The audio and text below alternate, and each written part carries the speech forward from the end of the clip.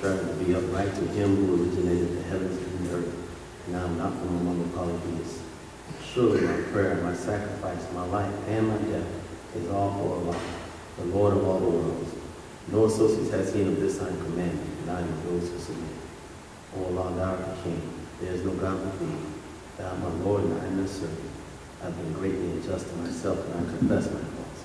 So grant me protection against all my faults, for none can grant protection against faults but thee. And guide me to the best of morals, for none can guide to the best of morals but thee. And turn away from me the evil and indecent morals, for none can turn away the evil and indecent morals but thee. O Allah, make Muhammad successful, and make the true followers of Muhammad successful. As thou did make Abraham and the true followers of Abraham successful. For surely thou art praiseworthy, magnified, and honest. And O Allah, bless Muhammad, and bless the true followers of Muhammad. As thou did bless Abraham and the true followers of Abraham. For surely thou art praiseworthy, magnified, and honest forever. Amen. You may be seated. That's a wait. Thanks a lot, sir. Welcome you, dear family, to our Nation of Islam Savannah Study Week Mosque meeting. We took the mosque on the road today, but I thank you for coming and sharing this time with us. I'm a little calm now. I've been running around like a chicken with my head cut off, but now I feel fine. So before I go any further, I want to open up in the name of Allah, the Beneficent and Merciful. I bear witness that there is no God but Allah, and we say that that one God made himself known to us in the person of Master Father Muhammad, the great Mahdi. And we thank him from coming from Mecca, Saudi Arabia, all the way here to the hills of North America and finding a black man, a Georgia-born black man in Detroit, Michigan. And we recognize him today as the exalted and risen Christ. We're speaking of none other than the most honorable Elijah Muhammad. And we thank Master Father Muhammad and the most honorable Elijah Muhammad, leaving one in our midst, one that I can say that I'm intimately in love with, but not in a strange kind of way. One that saved my life, and the brothers and sisters you see in uniform saved our lives as well. I'm speaking of that bold, fearless black leader, the Honorable Minister Louis Farrakhan. He is the one that has called us all here today, whether that be directly or indirectly. Farrakhan has had an impact on you today if you are here. Well, family, I'm going to exit stage left. I'm going to bring up a brother because we're going to have to move very quickly as our principal is on the way. Some of the brothers gathered on yesterday to see Student Minister Nuri at our men's only meeting. We had a beautiful day on yesterday. So I'm hoping that we can pack the house. We almost packed on one side, but you know, black people, it's still cloudy outside, so we get, as we recognize it, the rain ain't gonna melt all that beautiful chocolate that we'll get on in here. So I want you to help me welcome to the rostrum the brother that was in the mosque when I showed up 23 years ago at 1401 Waters Avenue, and he's going to take us a little bit further into the program. Student Minister Prince Muhammad, would you help me welcome him with a warm round of applause?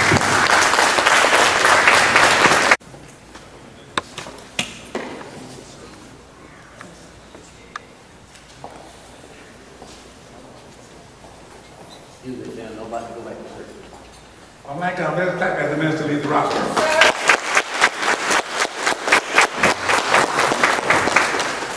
Excuse me. It's nothing more beautiful than looking at black people. Yes, sir.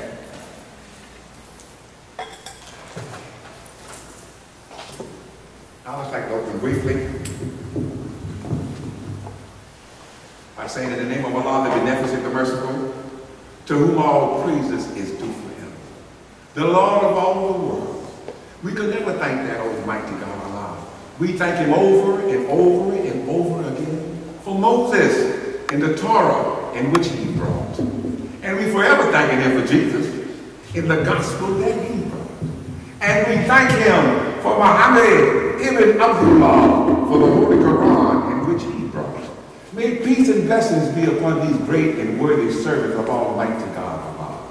But as a student and follower of the Honorable Minister Louis Farrakhan, I can never thank Allah enough for leaving heaven and coming to the wilderness of North America all by himself, seeking out to find we who were lost, and lifting up one from our suffering, raising that one to life, embodying in that one a word that was so powerful that it's not only gave him life, but that word is now giving you and our life too.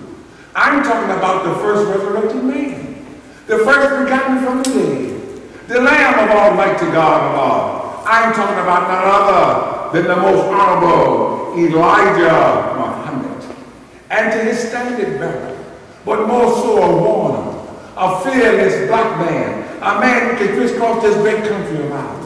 He can open the eyes of the blind. He can make the deaf hear, the dumb speak, and he can raise the dead to life by God's permission. When you see a man with this kind of ability, one that can give sight to the blind, one can make the deaf hear, the dumb speak, and can raise the dead to life by God's permission. You're not looking at the work of a man. You're looking at the work of God working through a man for the benefit of man.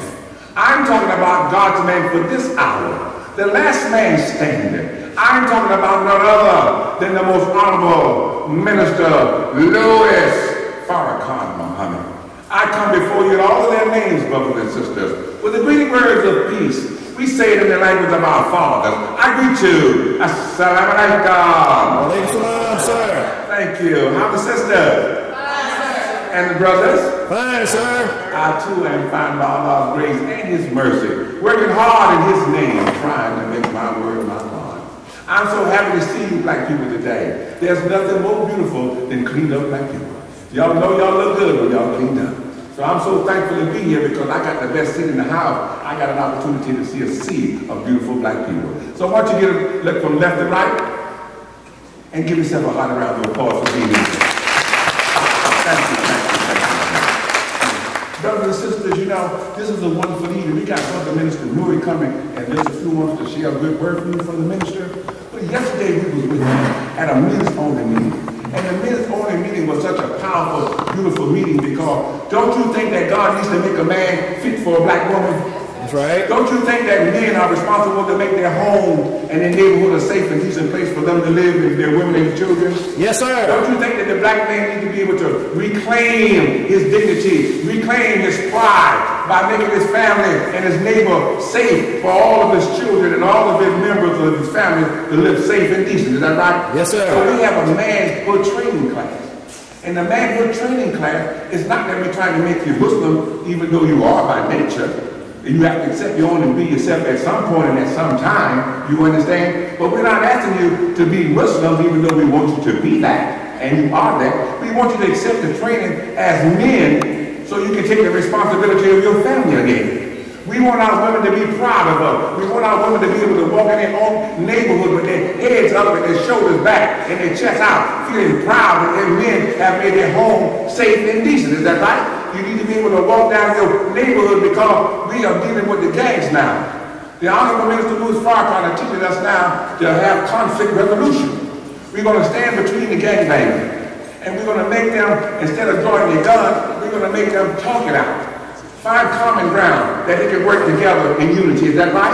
We're going to stand between the wife and the child abuser, the child molester, the spouse abuser. We want to make sure that the environment that our children are in, that our women are in, are safe and decent. Is that right? It is our responsibility as men to do that, don't you think? We have the responsibility to provide good homes, shelter, and a safe place for our women and children. Is that correct? Yes, so the Honorable Minister Louis Farrakhan is asking all men and boys, you should all join the mighty FOI. You should all become soldiers of God. Is that right? We're not training to fight this enemy. God will do that for us. We're here to make our home and our neighborhood safe and decent. So we can walk down the street, so you can go to the neighborhood store, so you can go to the neighborhood drugstore, the neighborhood convenience store, that you can walk to the neighborhood playground and don't be hassled by people who you think are undesirable in your community. We don't want the police to come into our communities anymore. Because when they come into the community, they don't come to defend us, they come to take advantage of us. You can call the police and think you got the police rights on your side, and all of a sudden you wind up in handcuffs and going to jail. Is that right? So we need to make sure that they don't come into our community, and the only way we can keep them out of our community is for us to soldier our own communities. Is that right? And this is why we're asking all men to stand up today to be responsible. And we have to begin to understand that God is one. But there's many ways we can get to God. You can get to Romans 49:7. So we all found God. We just use different methods to find it. God's path is straight, but there's many ways we can get to it. God is at the center of everything that we do. So if you come as a Muslim, and I come as a Christian, and you come as a Hebrew Israelite, we're just using that as our way of devotion, but we all are on a mission to find God. Is that right? They say that God's path is straight. O ye who enter the gate, wide is the gate that leads to destruction, but narrow is the gate that leads to life. Is that right? You can find many on the path that leads to destruction, but only a few you're going to find on the gate that leads to life. Is that right?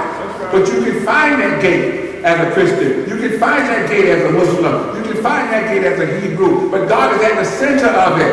Whichever way you come, you're going to find him. You can come from the east. You can come from the west. You can come from the north. You can come from the south. But at the center of it, God is there to receive you. Is that right? So unite, brothers and sisters. We have a common bond. That same rabid dog that bit you as a Christian bites me as a Muslim. That same rabid dog that hunts you down as a Hebrew Israelite hunts me down too as an animist. All of us are struggling to find unity. We all are struggling to find justice. We ask, what is justice? Justice is weighing the evidence against the facts and rendering a verdict. Is that right? That's right. But justice is more than that. If you ask me what is justice, I will tell you justice is simply fair dealing. All we want someone to do is deal with us fairly. To give us the same opportunity that you give everybody else. That's why we're standing up for justice. We're only asking the world to deal with black people fairly. We understand that the table is tilted. White people feel privileged. They feel like they should have the advantage regardless of what the circumstances are. And by feeling that they are privileged and that they should have the advantage regardless of whatever the circumstances are, then we are less than privileged. That's right. We have to fight for that which is right. Don't you agree? Yes, we have to stand up for that which is good. Don't you agree? Yes, so let's unite. Let's unite and create a heaven that we all can live together with peace. There's nothing wrong with that. I'm not your enemy. I am your brother. I'm in love with you, sister. I'm in love with you, brother. Why can't we unite and make the world that we live in a safe and decent place that we all can have freedom, justice, and equality together? Unite with us. You know, Brother Farrakhan is the last man standing. That's right. Every black leader now has been broken, dismantled, and destroyed by our enemy. Why can't we unite with Brother Farrakhan and let him take us across the top? He will get us to the show. He will get us to another show on his shoulder. And when he gets us to another show on his shoulder, he will not say, look what I've done. He will say, look what God has done. And it will be pleasing and marvelous in our sight. Why don't you unite with a man who's about God? Why don't you unite with a people who's living for God? Why don't you unite with yourself for the benefit of yourself? Y'all ain't mad with me, are you? No, sir. Am I saying something that you can't agree with? No, sir. This is our day. That's right. God is with us today. I don't care what you do or what you don't do. God is with the righteous. And if you stand today for righteousness, at the end of the day, you will be the winner. Yes. Nothing is going to defeat the righteous today. That's right. You stand with God and God will stand with you. You fight with God and God will fight with you. We're never going to be the aggressor, but if you fight with me, I'm going to fight with him. I'm not going to turn my back to the enemy. I'm not going to buck dance to the oppressor. I'm going to stand with God and God will stand with me, and we will vanquish this enemy from our earth today. The white man is a newcomer to our planet. We're old people. We've been here a long time. We come with the grains of sand. And the white man can't get rid of us. We can only get rid of ourselves by not obeying God. That's right. I'm telling you, Brother Minister. Yes, sir. Yes, sir. I know. Okay. All right, the keynote speaker's getting ready to come. I was just trying to warm you up. Is that right? Yes, sir. The local minister has a word that he wants to share with you. So what I'm going to do, I'm going to back off the box that I'm sitting on and get ready to bring the local representative here in the city of Savannah back to the rostrum. And I want you to get ready and start clapping like thunder when I get ready to bring the local representative back to the rostrum. Are you ready? Yes, sir. Let's get ready to receive the local representative here in the city of Savannah. Yes, sir. Yes, Brother Minister Nuri Muhammad, bring him forward.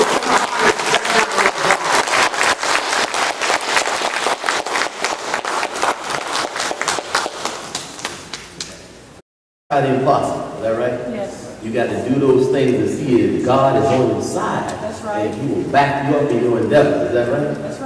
So, you know, a question I get asked quite frequently is that, Jamie, why you chose the Nation of Islam?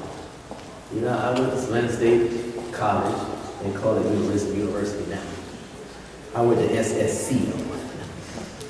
So when I go back, me and my brothers, we were regular fixtures at homecoming every year. You know, we don't miss the homecoming. We play football, and that's our opportunity. My one time a year, my wife allowed me to get out and get loose. But the extent of my getting loose is just some grilled salmon and, you know, sitting in the heat, talking to the old college buddy. That's it, you know. But I often get the question asked me, why the Nation of Islam? And I had a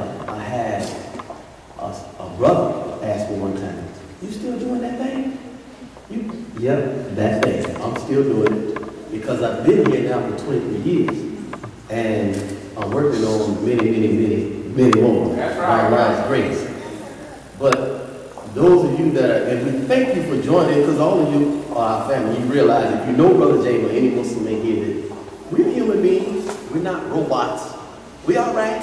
You know, we can laugh. Yes, sir. Yes, sir. We eat food too. Even though our diet may be a little restricted, we all right, you know. Yes, sir. But people want to know why Islam, and in particular, why the Nation of Islam. Y'all don't have a problem here, do you? No, sir. No, sir. Well, my parents are here. And I thought they did a pretty good job with me. I was a decent brother, you know. Don't y'all think, Mom? Yes. And my daddy, you know, he tougher than nails.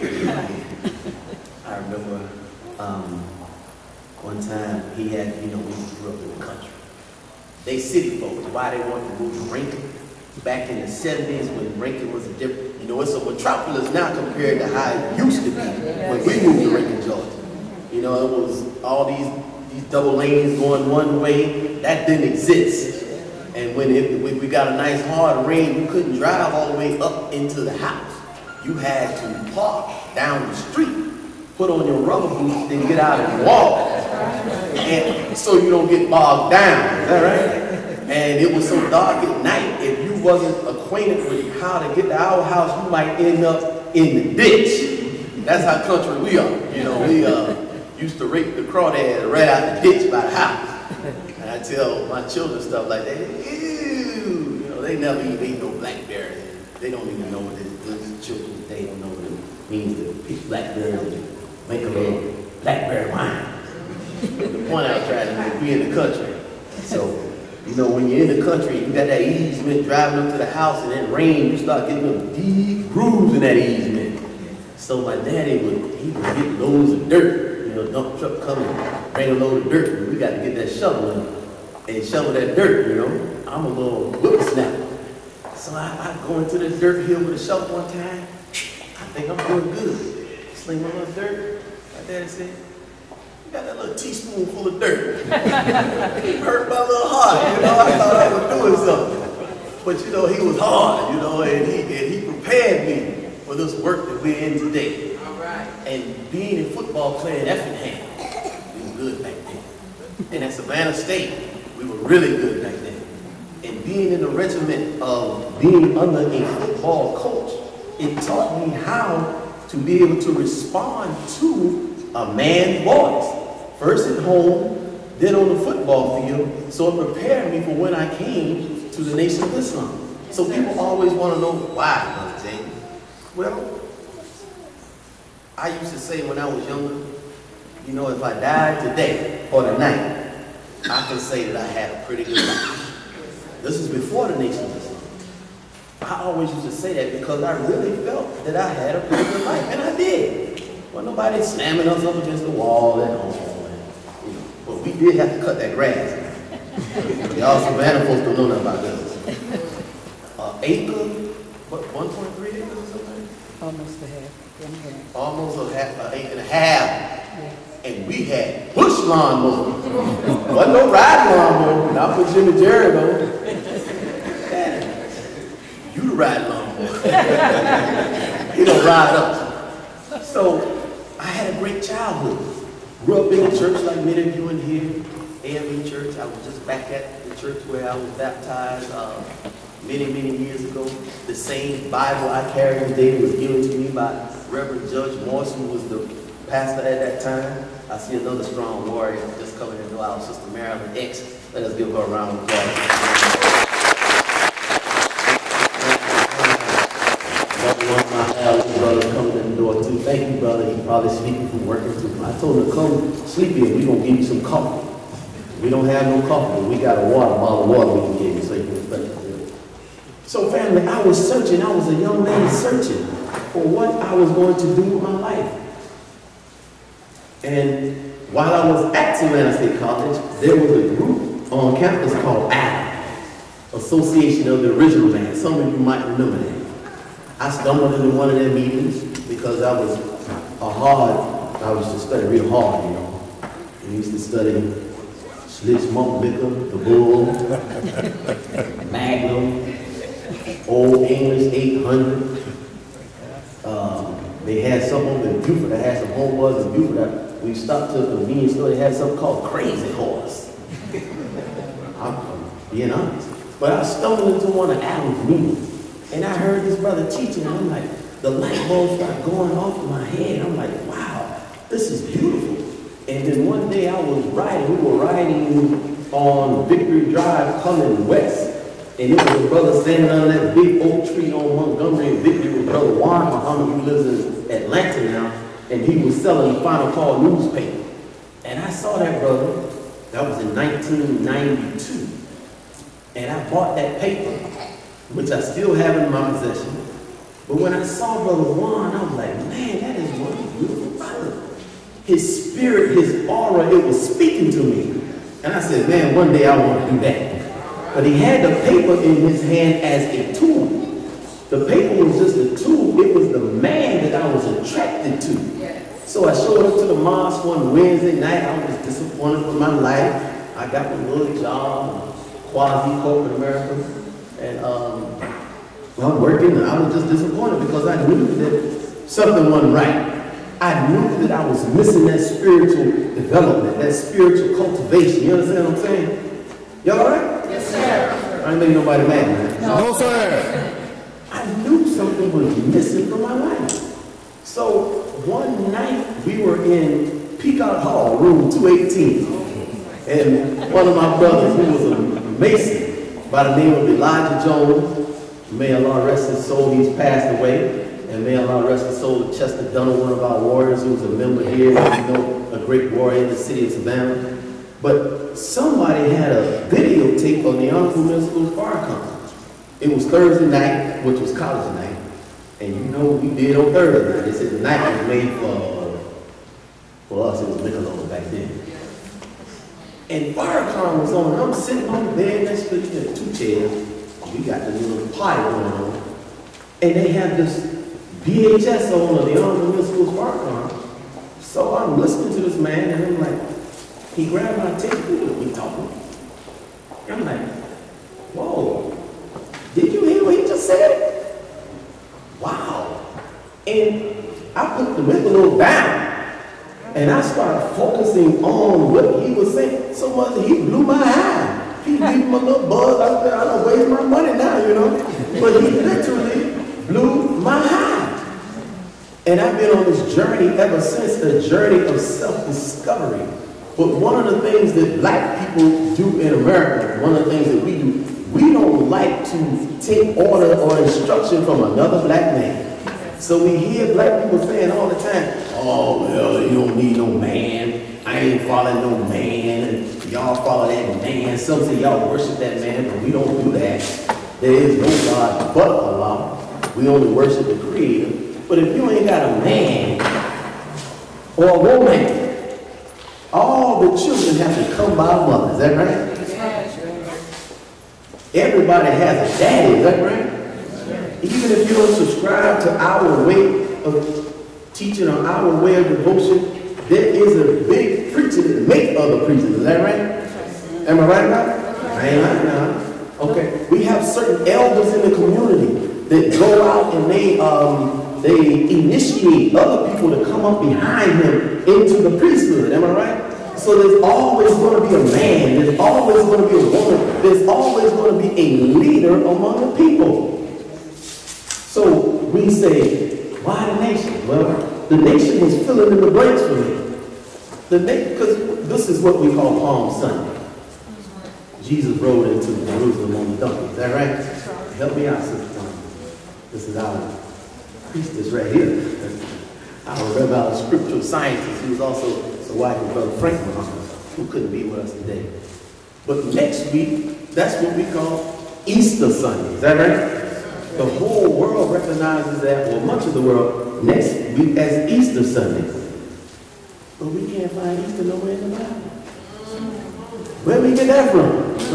So Islam began filling in those little blanks. Well, where did bunny come from? In the Easter egg.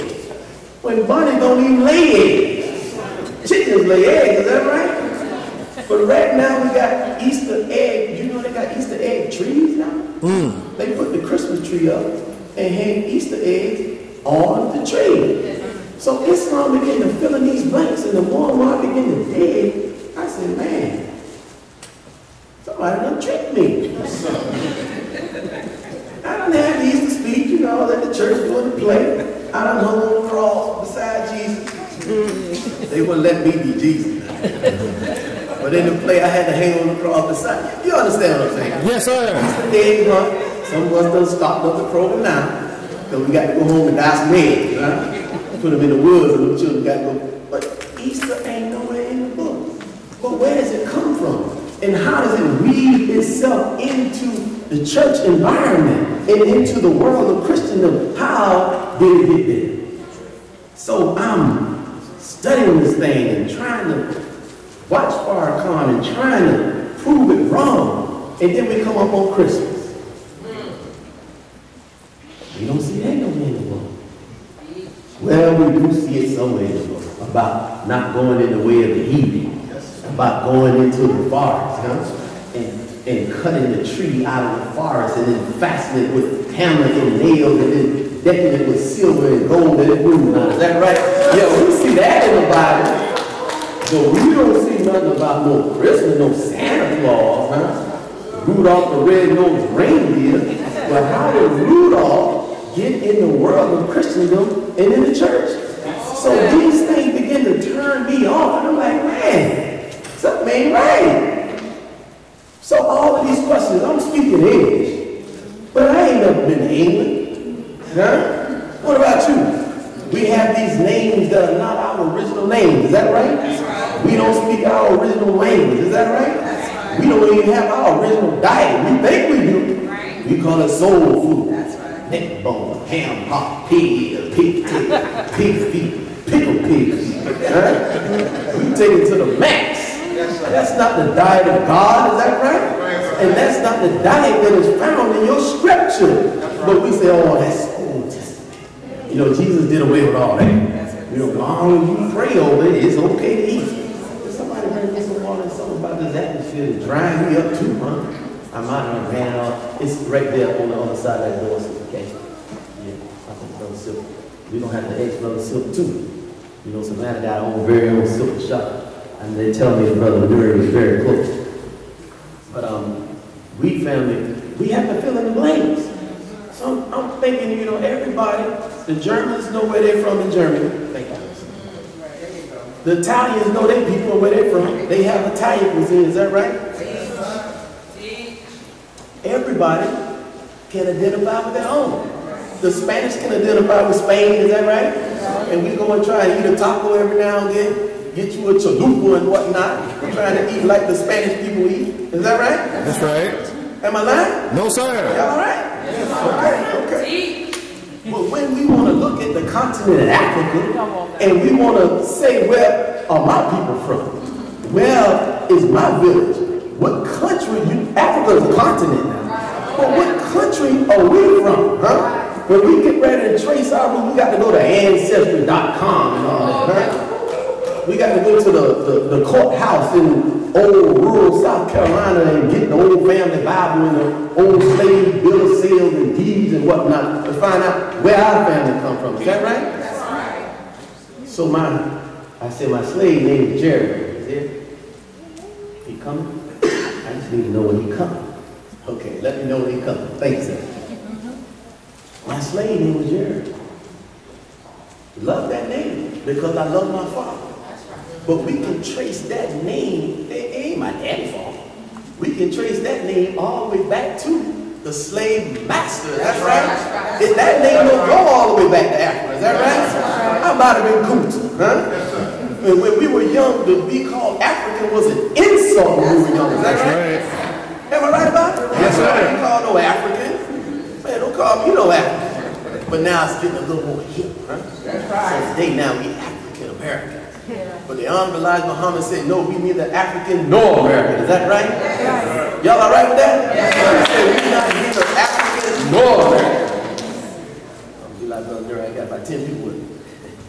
But family, we are direct descendants of the creator of the heavens and earth. We are not black because we are cursed. We are black because we are blessed. Black. We are black. You saw in the news the other day, they say they was getting their first picture of a black hole. Yeah. It was mesmerizing the white folk.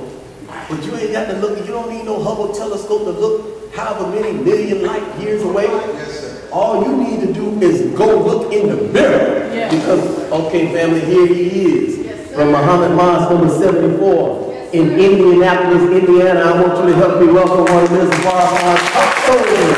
Nuri Muhammad.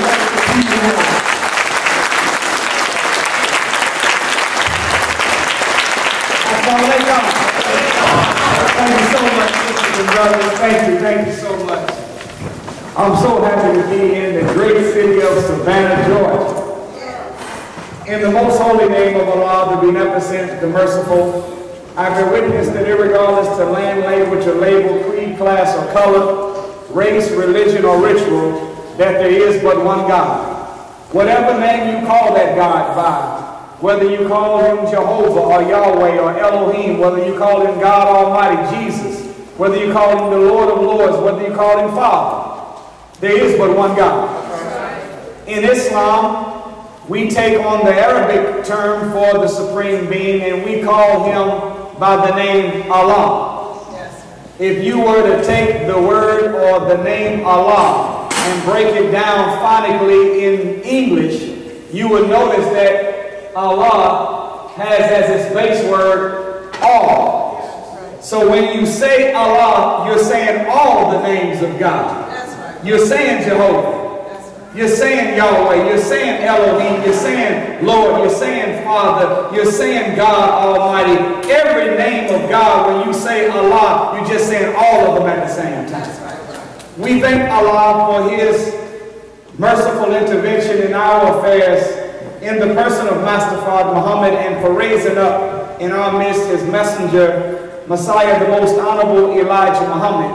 And we thank the two of them for preparing in our midst a man that I'm pleased to announce just got back in from Los Angeles, California, as he was honoring and saluting one of the greatest hip-hop soldiers that we've ever produced, the great Nipsey Hussle. We thank Allah for this great prince and great warrior. And I'm pleased to announce that the Honorable Minister Louis Farrakhan, he asked me to extend his love and greetings of Assalamu Alaikum to the believers and people of Savannah, Georgia. And for those that have not received that greetings before from him, whenever he gives us the greetings of peace or Assalamu Alaikum, y'all ready to work on the microphone? Yes, sir. Okay, because I'm just hearing the sound. It's like I'm hearing myself 3 times. It's got such an echo. I know y'all do that chop and screw and stuff down here. Now that's Houston.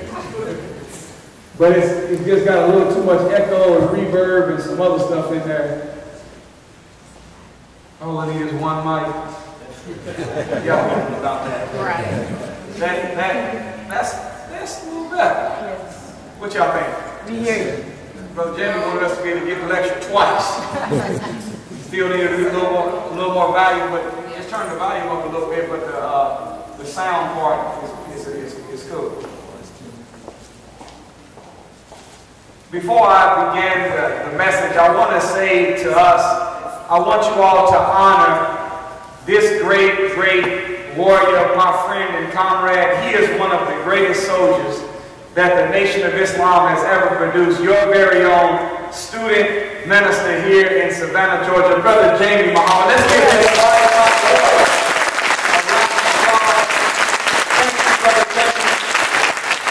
Thank you, the family and the staff, the believers here, for not now he just went back to the back like it used to be. Now you're really messing it up. We don't want all the echo and the reverb in there. We want it to get their best better. Today, sisters and brothers, we have an assignment that is a very big assignment. The subject that is in this message is really 2 lectures at one time. The first lecture in this subject is titled How to Love a Black Woman. I was hoping somebody was going to say that.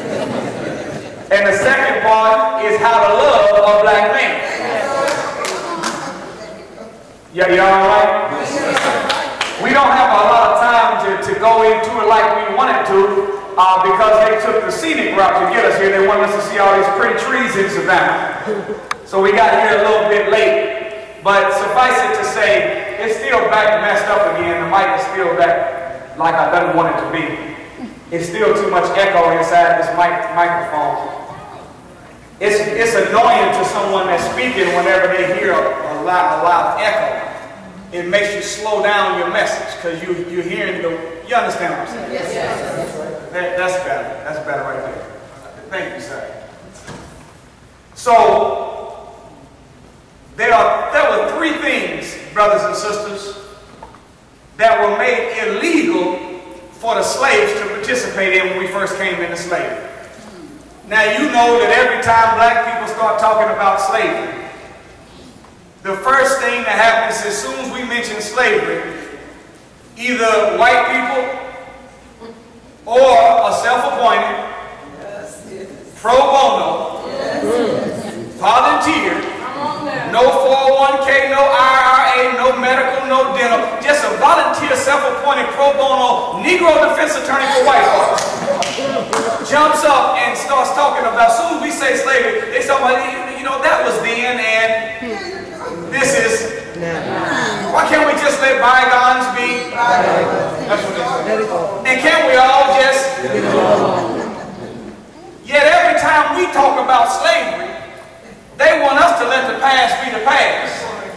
Let bygones be bygones. They want to talk about how long ago it was, but remember the Alamo. That's right. Huh? That's right. When it comes time to remember the Holocaust that happened to the Jews, they say never forget. When it comes time for 9/11 to show up, they want to make sure you never forget 9/11. How is it that whenever something has happened to white people, they always want us to be reminded? Yes. But when it comes time for us to recollect what's happened to us, now all of a sudden they want us to let bygones be bygones. Slavery was the worst human atrocity ever in the annals of history. There has never been a crime against humanity that is more destructive than what happened to the black man and woman on the shores of Africa in the Middle Passage and after we came here and was Caucasianized and Christianized by this white man. That's right. Am I telling the truth? Yes, sir. They killed 13 million of us on the shores of Africa before we ever got on the slave ship. Right now, the sharks still travel the route of the transatlantic slave trade. Why would sharks in 2019 still be taking the route of the transatlantic slave trade? It's because for 400 years, the sharks knew that there would always be fresh meat being thrown overboard. Either they threw us overboard when we died, or we jumped overboard because we would rather be dead than become a slave in America. So the sharks still travel the route of the transatlantic slave trade. We lost 200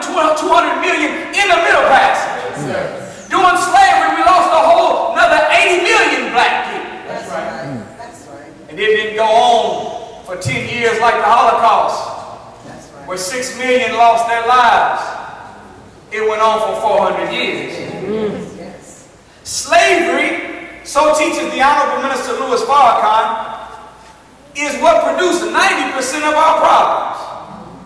One of the great writers by the name of Sultan and Naeem Latif, they wrote a book called Slavery, the African-American Psychic Trauma. And in this book, they did an assessment of the motivation for the decision-making process of black people in 2007. And as they began calculating the why we do what we do, when the math was in, they found that 94% of black people's decision in the current time was rooted in plantation life. And only 6% of our decisions in the modern time came from our God-centered African culture. That means, by sociological terms, that black people are suffering from what they call premature cognitive commitment. You know what that is, right? Premature cognitive commitment is whenever you take any creature while it is young and you raise it a certain way that when it grows old, it becomes what you trained it to be by itself. Are y'all with? Yes, sir. They found that you can take an elephant and tie him to a rope while he's a baby. And when the elephant grows old, even though that little rope is too weak to hold the full-grown elephant, the elephant full-grown is so strong it can break the rope. In fact, pull the whole tent down that the rope is kept attached to. But because the elephant's mind has been damaged, and it's been made to believe that this rope is too hard, I can't break this rope. Premature cognitive commitment causes the rope to be bound by something that's inferior to itself. They found that you can take a fish and put them in a jar, in an aquarium. Put a piece of glass in the middle of the aquarium, and every time the fish swim and hit the glass in the middle of the aquarium, they say, this is as far as I can swim. Next thing you know, they send it down into their memory bank and it's stamped on their DNA that we can swim no farther than this. At a certain point, with premature cognitive commitment, you can remove the glass and the fish will automatically turn around at the spot where the glass used to be located.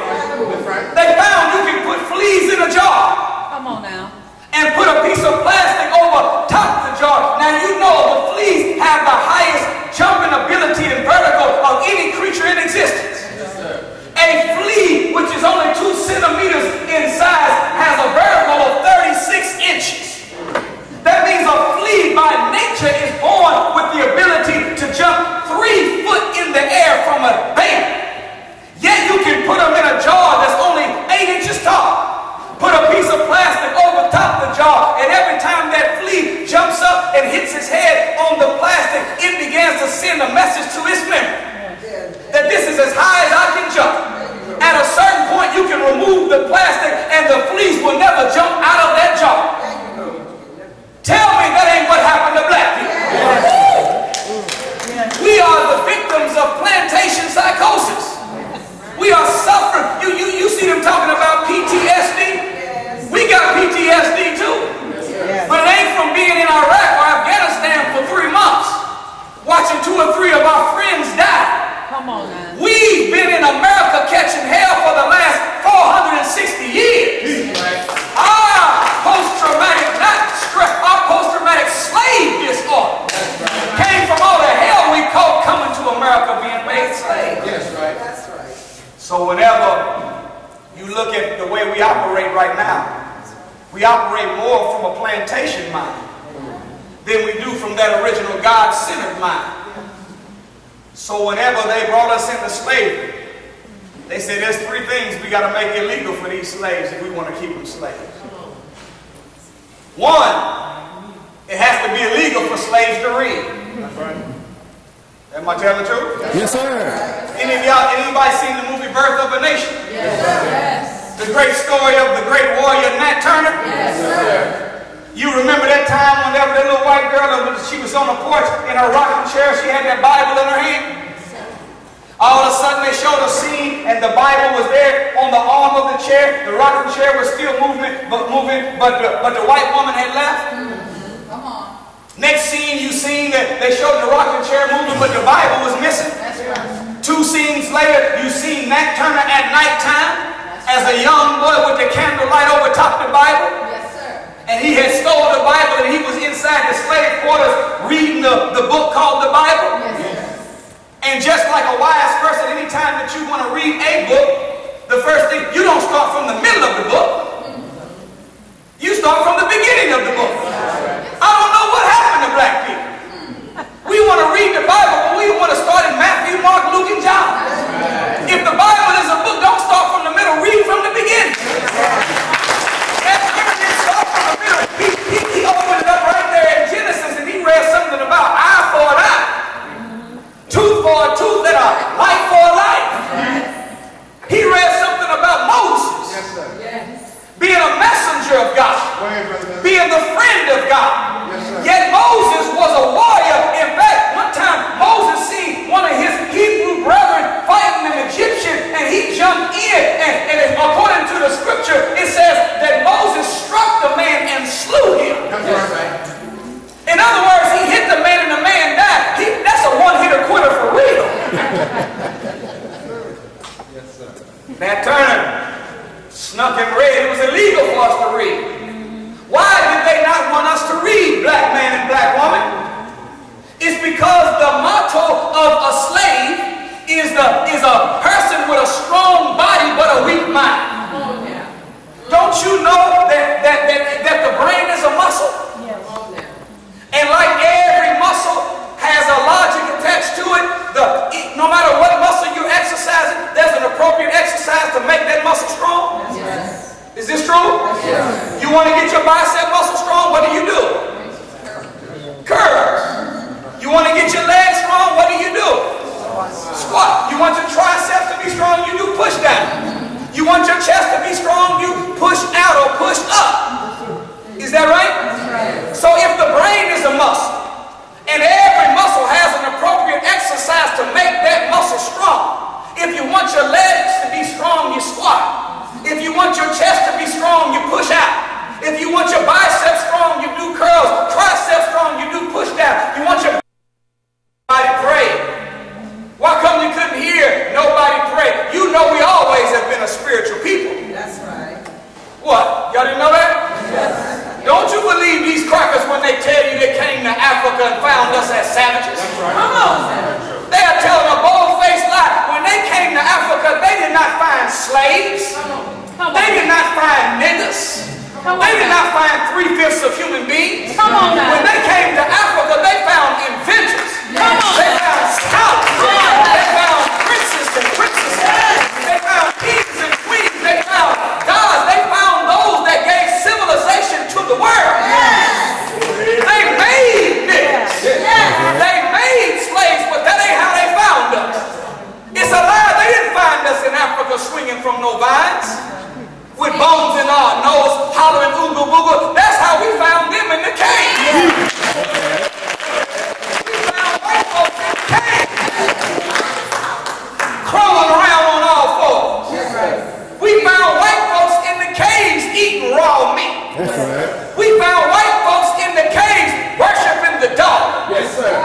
We found white folks in the cave laying down with the dog. That's right.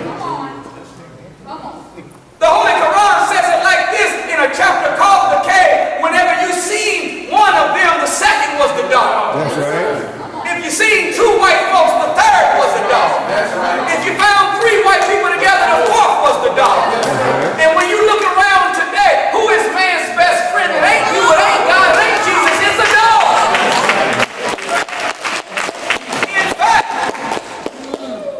In fact, when they wanted to give the name to the supreme being, they slid it in real slick. Yes, sir. Not Elohim, like the Old Testament said. Not the Almighty, like the Old Testament said. Not Yahweh, not Elohim, not Allah. But they named him what? God. God is dog backwards. You ain't hearing me. Oh, we found them over there in Savage State. Yes, sir. And the dog was their best friend because all their caves faced the north. And when you face the north and you're already located in the north, you don't get no sunlight. No, sir. And whenever you are robbed of sunlight, it's only a matter of time before you will go blind. So today, there's one animal that can see in the dark and never goes blind no matter how dark it gets, and that is the dog. So whenever a blind person is blind and they need somebody to help them move around, they don't get a seeing eye cat, they get a seeing eye dog. When you get on a plane, the white folks got their dogs in their bags. Boy Scout dogs, Cub Scout dogs, it's a service dog. This dog's everywhere. Okay, I'm gonna leave it alone. Y'all all right? Yes, sir. They made it illegal for us to pray. Why? Because my teacher, the Honorable Minister Louis Farrakhan, said this. He said, sincere prayer is to the soul what soap and water is to the body. When you put soap and water on the body together, it begins to cleanse the body. And whenever you begin to say a sincere prayer, it begins to cleanse the soul. The last thing that a slave master wants is to have a slave under their control that has a pure soul. Because the soul is the real you. Listen to me, you are not a body with a mind in it. You are a mind with a body wrapped around it. You are not a body with a soul that lives in it. You are really a soul with a body that's a tool of the soul. Your brain has inside of it a mind. Inside your mind is your heart, and inside your heart is your soul. The soul is the essence of your being. So when you pray, are y'all all right? Yes, sir. When you pray, when we pray, you are activating and making a connection with the God in you. Yes. To the God of the universe. Yes. Yes. Y'all understand what I'm saying? Yes. And when that, you know, the God in you can only do a certain amount. That's right. Any of the brothers in here got any music in their car? You know, when you got some speakers in your car, if you got the kicker and it's just plugged up to the regular radio, you can turn it up all the way, it ain't gonna do nothing. In order for you to get sound out of the speakers, you got to get an amp. Yes, sir. And when you plug that amp and then the receiver goes through the amp to the speakers, now the speakers can kick out more output. The reason they made it illegal for us to pray is because whenever you connect the God in you to the God of the universe, the Lord of the world serves as a spiritual amplifier. Yes. Where you are able to borrow from His power, yes, to do what you're trying to do. Yes. So they made it illegal for us to pray. Yes. Today's subject is how to love a black woman and how to love a black man. Guess what the third thing they made it legal for us to do? They made it legal for us to marry one another. So a black man on a plantation that was a strong stud would be thrown into a horse stable with a fertile woman from another plantation. They were made to breed, not to produce a son or a daughter that they were going to train up in the way that they should go, but to produce a better slave for the white man. It was so illegal for us to marry that we used to have to sneak wedding ceremonies. Yes, sir. That's why today, I've been to some weddings that cost $40,000 and $50,000, and we still do the same slave ritual at all of them. That's right. Yes, sir. No matter how high class, you got ice sculptures with the couple's face in it. Yes, swans everywhere. Yes, sir. All kind of fluff and flowers and a gown that wraps all the way around the block. Yes, sir. Expensive, extravagant, but at the end of the day, Negroes still get out there and jump that broom. That's right. Come on. This came from the plantation. Yes, sir. Since it was illegal for us to get married, but it was not illegal for us to clean Master's porch, to sweep Master's house. Right. We always had a broom at our disposal. Yes, so while Master wasn't looking, if I love you and you love me, we just would sneak and jump over a broom and say that we married now. Right. Why did the Caucasian want us to marry one another?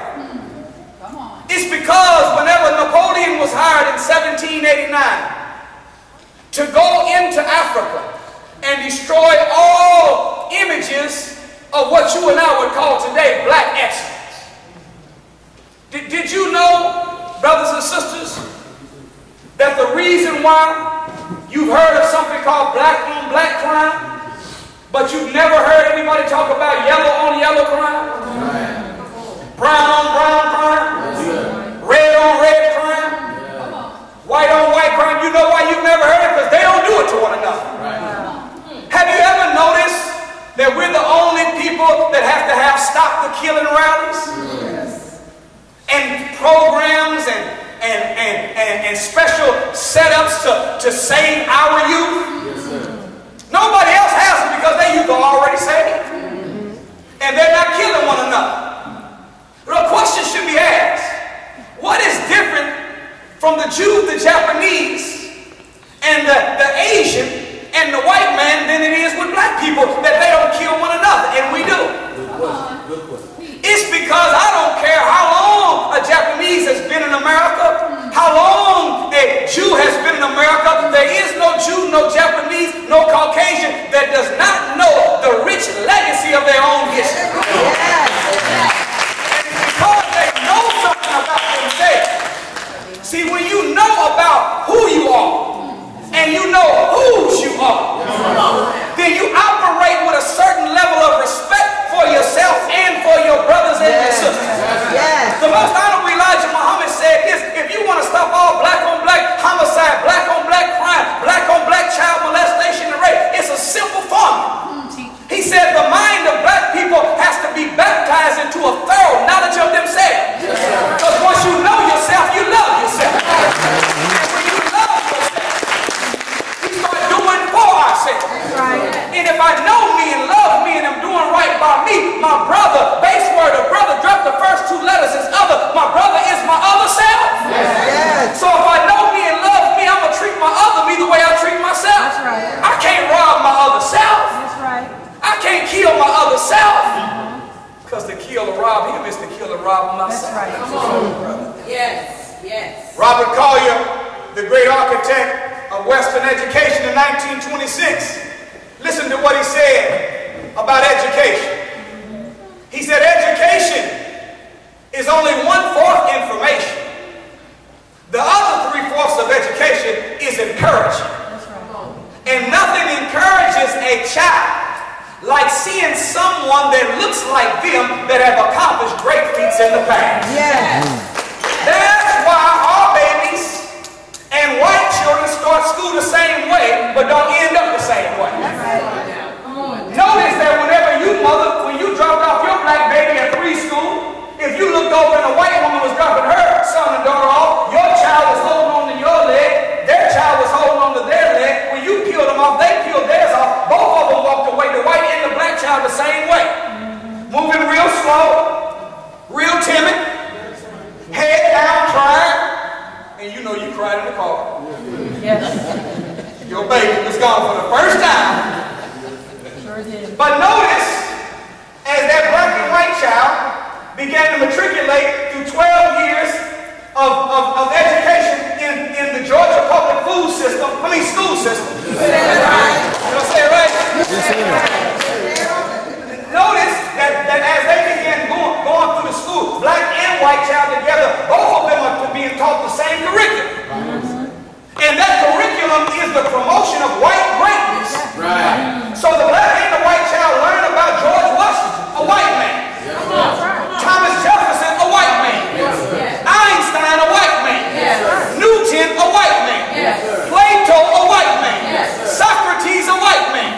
Thales, Pythagoras, a white man. All through school, they learn about is white greatness.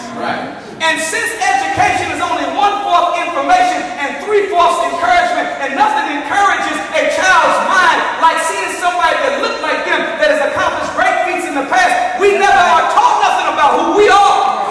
And people that look like us that did great things in the past. So we watch the little white child, by the time they get finished getting pumped up, hearing about all this white greatness, after they get out of school, they get their diploma, switch their tassel to the other side, they walk out of school with their chest held out, head up, ready to conquer the known world.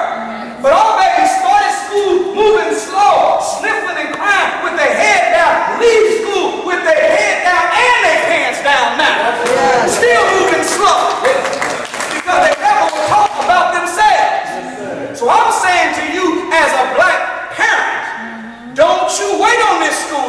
No. Come on. No.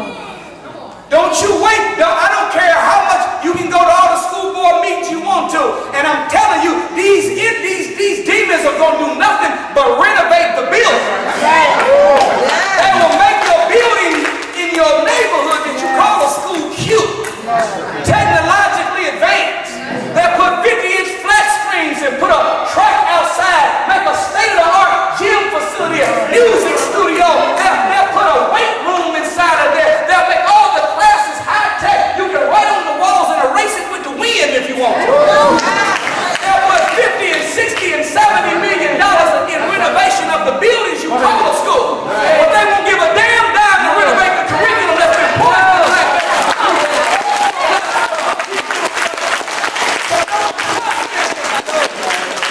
Don't you be deceived by a uniform. Don't you be tricked by the name charter. No. Don't you let the word academy lull you to sleep. Don't you let some big cute building with landscaping and special stone and high technology trick you. That's right. At the end of the day, it's just a Titanic. Still promoting the same white supremacy.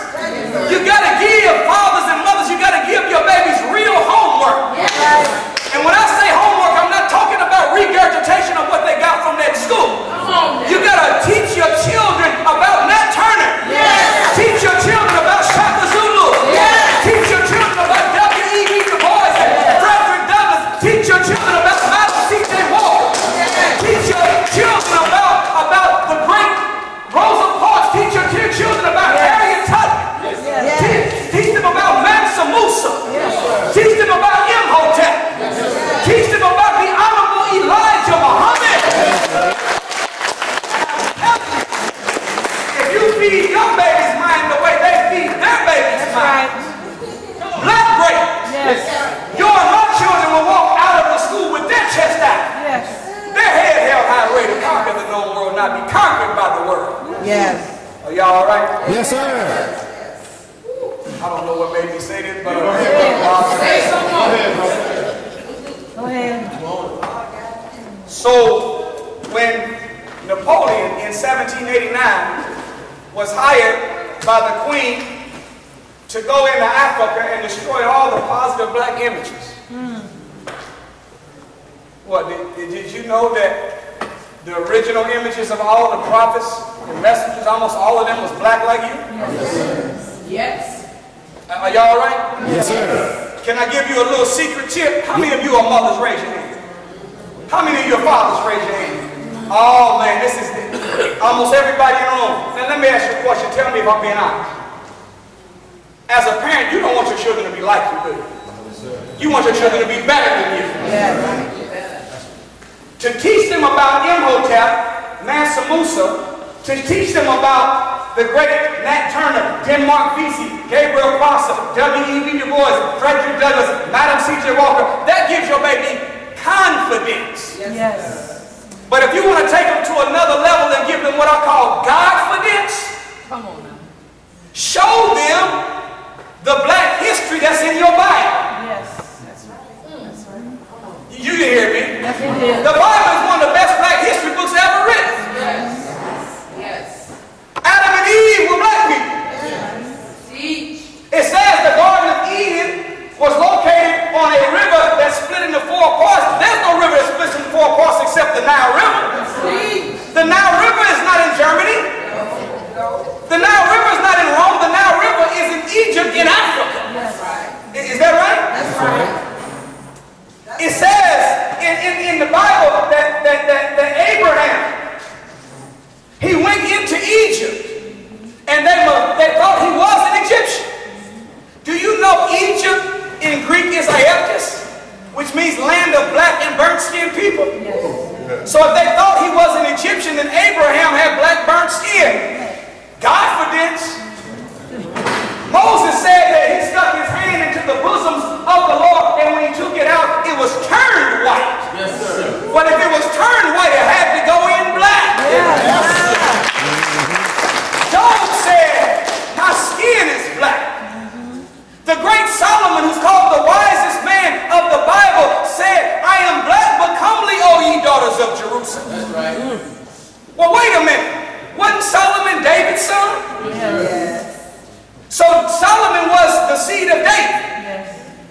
was black. Well, if he was the seed of David and black, then his daddy had to be black too. Yes. Didn't Jesus say about himself, I am of the seed of David and the root of Jesse? Yes. Well, wait a minute. If Solomon is the seed of David and he's black, and Jesus is saying, I'm also of the seed of David, what color was he? Mary was an Egyptian woman. That's right.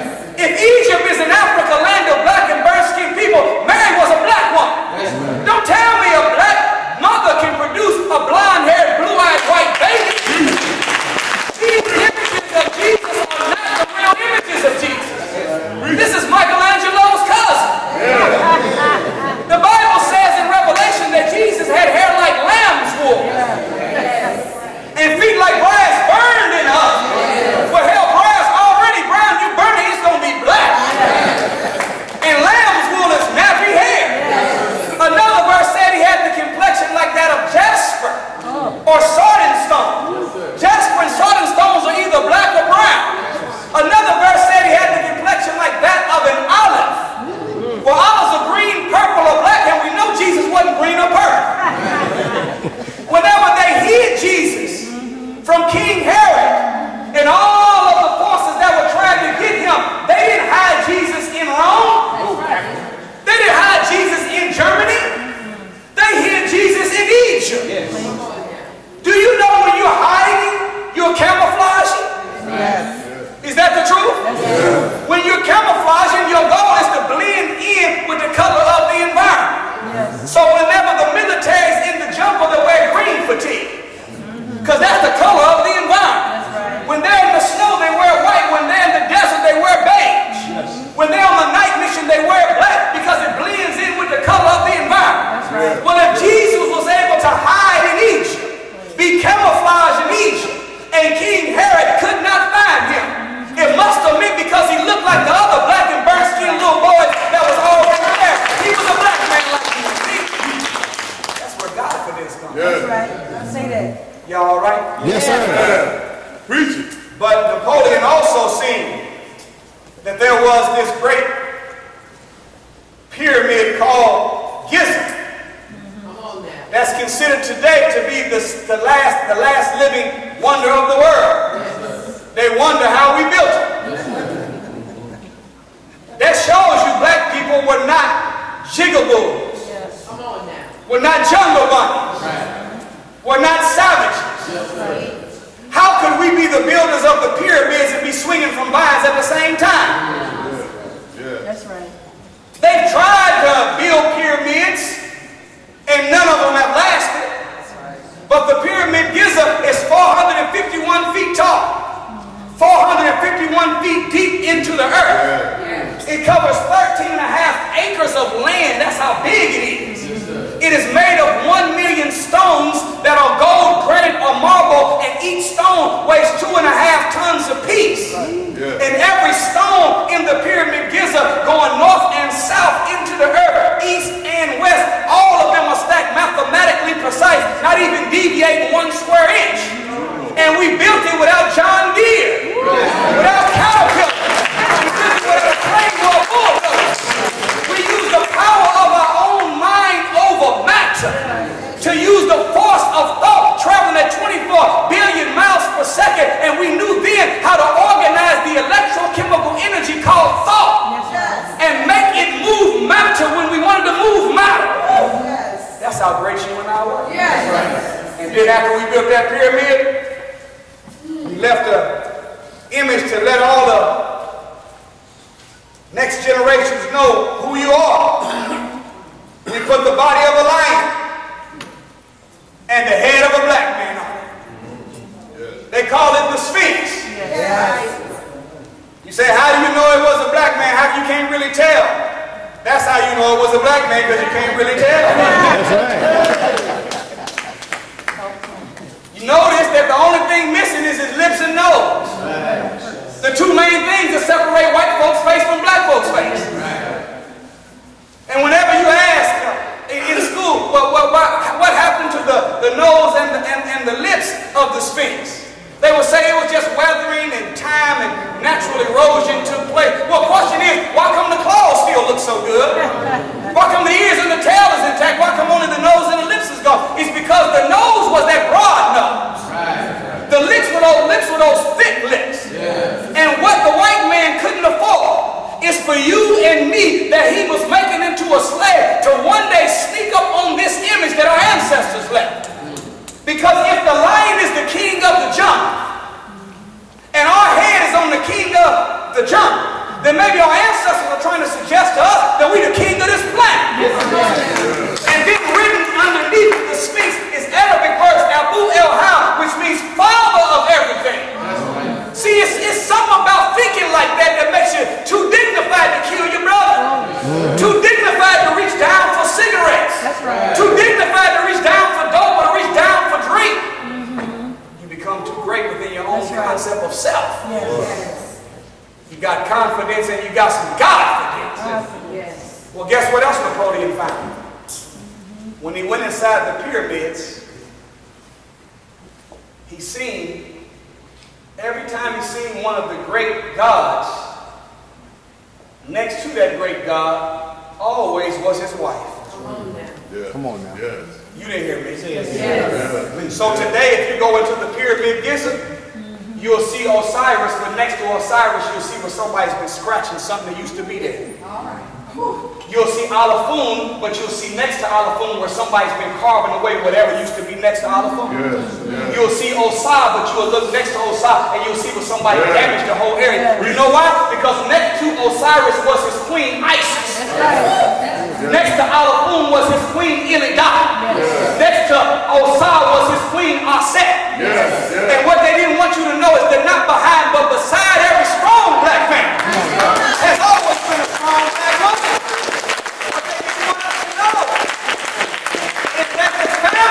Our power base. What they didn't want you to know is that our houses then used to be our spiritual recharge centers. We would unplug from the labor of the world, from the injustice of the world, and come home to a place where we can plug into a pure source of love, where we can extract peace and power from one another. So they made it illegal for us to get married. Well, there's three things that you'll notice when you've seen them great black men. Number one, none of them were with a girlfriend. All of them was with a wife. Go ahead on now. Okay, sister, I thought y'all were plotting a little bit. No, let me explain something to you. Just to the sister, okay, listen. I want to talk to you about something called the ricochet effect. See, there's going to be some stuff I'm going to say just here in a minute that y'all been wanting to say to these brothers. But you know, had you said it might start a little something. But see, I'm the one saying it, you not. Go ahead. So if I'm saying it and you not going to have to take no responsibility for it. But if you say, that's right, go ahead, say that. Amen, hallelujah, or clap or something. See, if you bear witness to it, you have access to what I call the ricochet effect. Which means that that black man's mind will get it one time from my mouth. But when you say that's right and go ahead, you'll produce the ricochet effect and it'll come back and hit him again. And whenever it hits him again, see, by bearing witness, you double the absorption capacity of that black man's self-conscious. Y'all understand what I'm trying to say? Keep saying. Y'all want to try it again? You know how hard it's been to get these brothers to marry you. Yesterday it was against the law for a black man to marry a black woman, but today you got to make a law to get him to do it. So if I'm talking about that, okay, y'all want to try this, sister? Y'all cue, y'all ready? Take two. One thing that they noticed, there were three things. One of the key things that you notice is that every time you see one of these strong black gods, they weren't with a girlfriend, they was with a wife. Amen. What? Go ahead. See, how you 62 years old talking about you got a girlfriend? Okay. Reach, Muhammad. Sister, how do you figure talking about you got a boyfriend? Do you know if you look up the definition of boy and girl in the dictionary, it is an immature, underdeveloped male or female? So how you 62 and you attracted to an underdeveloped, immature female? Something wrong with that math. In fact, we did a word search.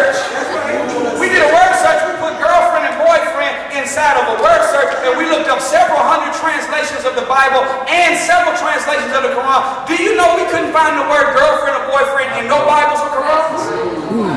Guess what that means? That girlfriend and boyfriend is not in the language of God.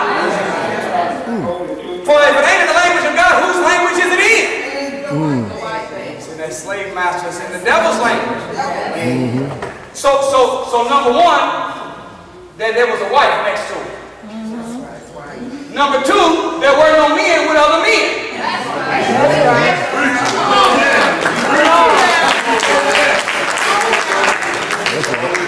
I thought y'all would get better with that one now. Preach it. No, sir. Men were with women and women were with men. That's where their power came from. And the third thing that you notice, sisters, y'all ready? That there was no Osab, there was no Aset, there was no Osiris, there was no great African god that was with a white girl.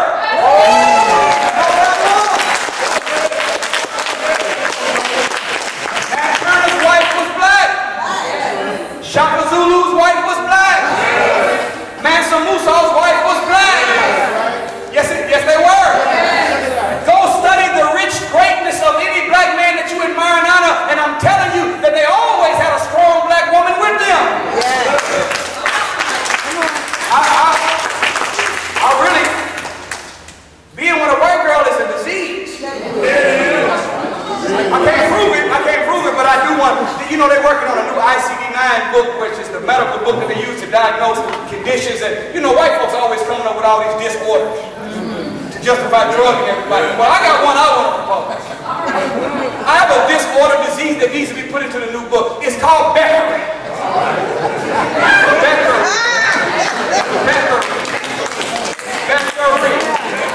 You don't understand that she's the song by Beyonce called Lemonade when she talks about Becky with the good hair. Becky's a white woman. What is Becky? Beckery is the mental and spiritual castration of a black man as a direct result of a long-term relationship with a white woman. Sisters, tell me if I'm telling the truth. You can spot a black man that's with a white woman even if the white woman ain't there. Am I telling the truth? Sisters, am I telling the truth?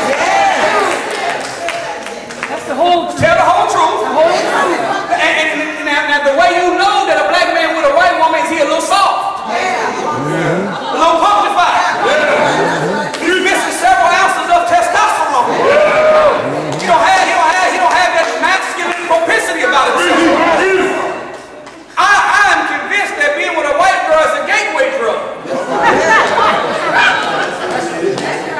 You know what a gateway drug is, right? A gateway drug is a lesser drug that gets you to a harder drug later on. Yeah. I'm convinced that being with a white girl is a gateway drug to being a homosexual. That's right. Teach on that, bro. That's right. Gotta tell the whole truth. Educate. The black woman is not going to make it easy for us. No, it's the white girl. Because she's been the most loyal woman to our race of any other woman to any other race of people ever in the world.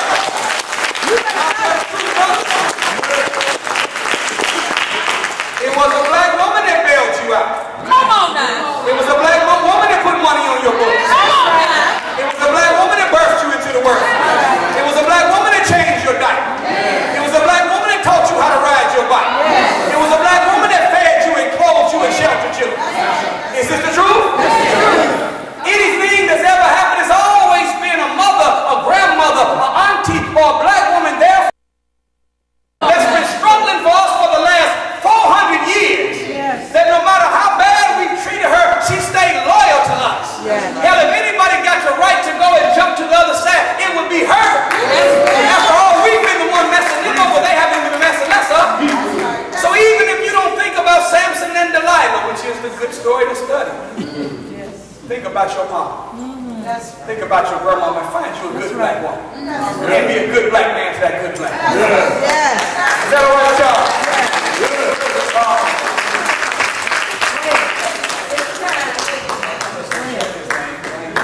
Good stuff. Oh, yeah. But you know the reason why we had had to separate the formula of loving a black woman from loving a black man is because the male and the female are not alike. That's right. Is that the truth? That's right. The male and the female speak two different love languages. Now let me bust up something real quick. Did this myth of woman coming from the rib of Adam is really a metaphor in the parable, it's not literal. That's right. That's right. Correct. Come on. Use your own logic, inference, and deduction. That's right. Use some logic, use some common sense. Yes, sir. If the Lord of the worlds made a woman out of the rib of Adam, the first man, and he took one of his ribs out to make her, then every man that's a copy of that Adam should have one rib missing from here on out. That's right. Last I checked, we got 12 on both sides still. Good. And if you were made from a rib, maybe you should have one extra rib, but you got 12 on both sides too. The making of woman from a rib is a metaphor or a parable. It's not an actual event. Right. Preach it. We use this term of making woman from the rib of man to justify sexism and reducing the value of our women. But the Lord of the worlds, whenever he talked about woman coming from the rib, he was more interested in the placement and the position and purpose of the rib than you thinking that she actually came from the side of your back. Wow. Notice that a rib is not above your head to rule over you. Brothers, y'all with me? Yes, sir. Notice that a rib is not under your feet for you to walk on. But the rib is located right by your side. Yes. Letting you know where our women should be placed. They shouldn't be underneath our foot being oppressed and disrespected. Yes. And they shouldn't be over our head ruling over us being a second mother. That's right. Exactly. But if you with a woman, she should be your helpmeet right by your side. Yeah. Notice too that the rib is right under the arm. That's right. And the arm is what you use to fight with. The arm is what you use to protect. Yes. Letting you know that your woman is somebody worthy of you fighting for. Your woman is somebody that you are duty bound by God to protect. Okay, I only got 3 people that agree with me. Maybe that's why we do a lot of the damn videotaping. Every time black women get disrespected. Yes. How you gonna let that little sister in McDonald's get snatched over the counter by a white man and you're a black man right there and you recording that damn thing? How in the hell did you let a 13-year-old little girl in McKinney, Texas be in a bikini and you let a police officer that's 300 pounds jump on her back, put his forearm in the back of her neck and his knee in her back, and you videotaping that damn stuff? Exactly. How do you let them do Sandra Bland the way they did Sandra Bland? How do you let them do our sister on highway patrol in California the way they did, and you a black man videotaping that? No, a real man wouldn't be taping no black woman getting abused. I don't have damn it, the FBI, the CIA, the ATL, the National Guard, Army, Air Force, Navy, police, it don't make no damn difference. A real man would take the camera out, and if he's gonna do video, it'll be a message to his mama, to his wife, and to his children. And he will tell the camera, look, this might be the last time you see your son, your father, or your husband, but I'll be damned if I'm going to let this white man get away with this.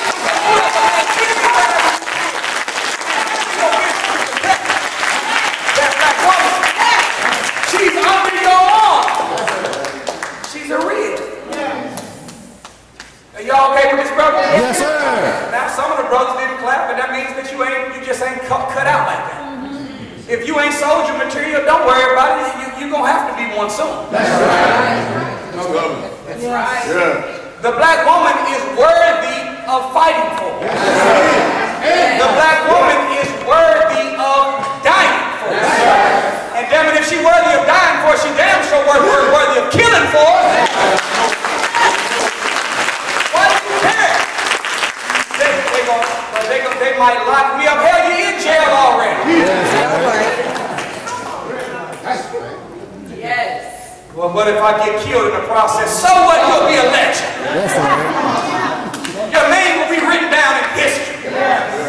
When I was coming up, my mother told me that it is better to live on your feet than to die on your knees. She told me that a coward dies 1,000 deaths, while a soldier dies but once. So a real man don't run from the fight, don't run from death. A real man runs to the fight and runs to death. You don't go do it in the name of yourself. You do it in the name of God. That's right. Call on Allah. Before you get involved, say Allahu Akbar. Like Kunta Kinte did. And if you say God is the greatest, I don't care if it's a police, whoop that crap. And if he try to kill you, take his damn gun and blow his goddamn brains out.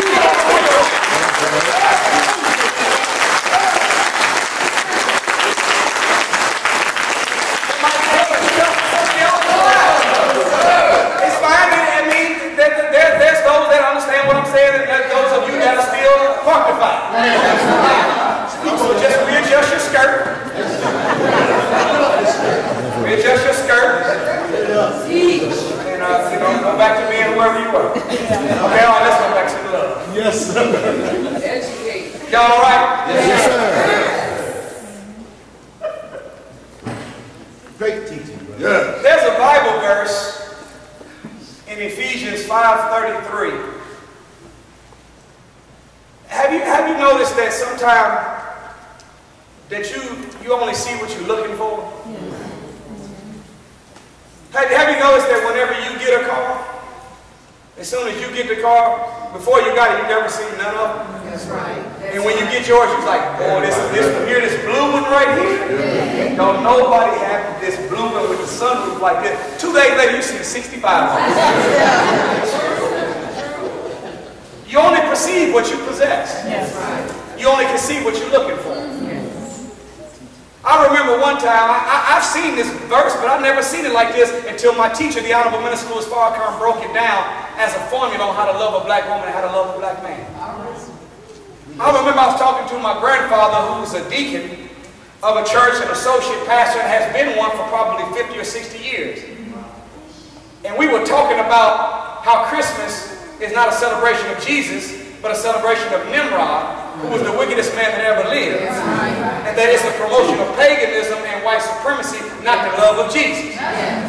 And I told him that Granddaddy, the Christmas tree is in the Bible as something that people that don't believe in God would participate in. That's correct. Yes. Y'all didn't know that?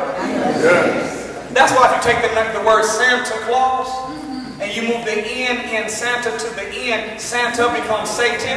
Yes. And if you drop the L in Claus, it becomes cause. Santa Claus is a representative of Satan's cause. Yes. Tell them about that. His name is called Saint Nick. Do you know Nick in etymology in Latin means evil, wicked, demon, or devil? Yes. ST period. ST is not just an abbreviation for saint, it's also state, street, standard time, and Satan. So when they say ST Nick as Santa Claus's real name, they're talking about Satan and the devil. The Saint Nick that came was not an honorable man, he was a child molester, a pedophile. Yes, he was. Y'all ready? Don't you close your baby's ears up right now. Now, if you're going to give your baby some gifts, tell them you bought it. I don't understand. You're going to work double time, overtime, run your credit cards up, spend your tax return in the mail, and then at the end of all that, you're going to give credit to some fat imaginary white man in a tricked out carbon suit from the North Pole? Now, you better remember your daddy bought you the spot. Your mama bought you that PlayStation. My mama bought you them Jordans. Hell no, ain't no white man from no North Pole bought you nothing. Because once you tell him that, he begins to honor and respect and reveal an imaginary white man more than he honors and respects his real mother and great father. The original Santa Claus was a pedophile. Where do your baby take their pictures at with whenever they go to the mall? They don't stand next to Santa, they sit them on the lap. Look at the song what we were singing when Santa Claus was coming to town. Better watch out. You better not cry. What the hell is going on? You better not cry. I better watch out. And then tell me he knows when you sleep and knows when you go. How you know that if you ain't no peeping Tom?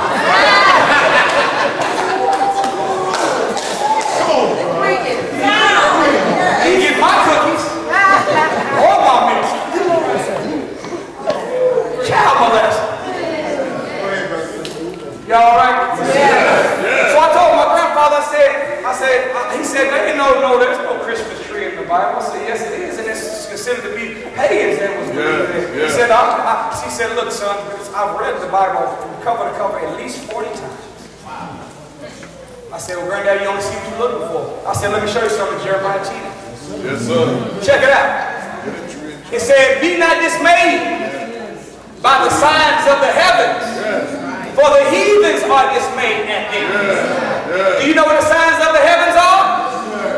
Let me give a hand here before you. I'm going to get my security.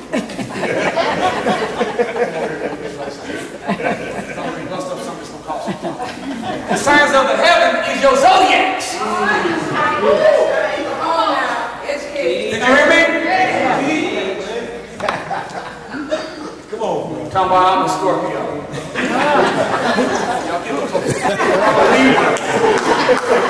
I'm a Gemini. That's why we are the way we are.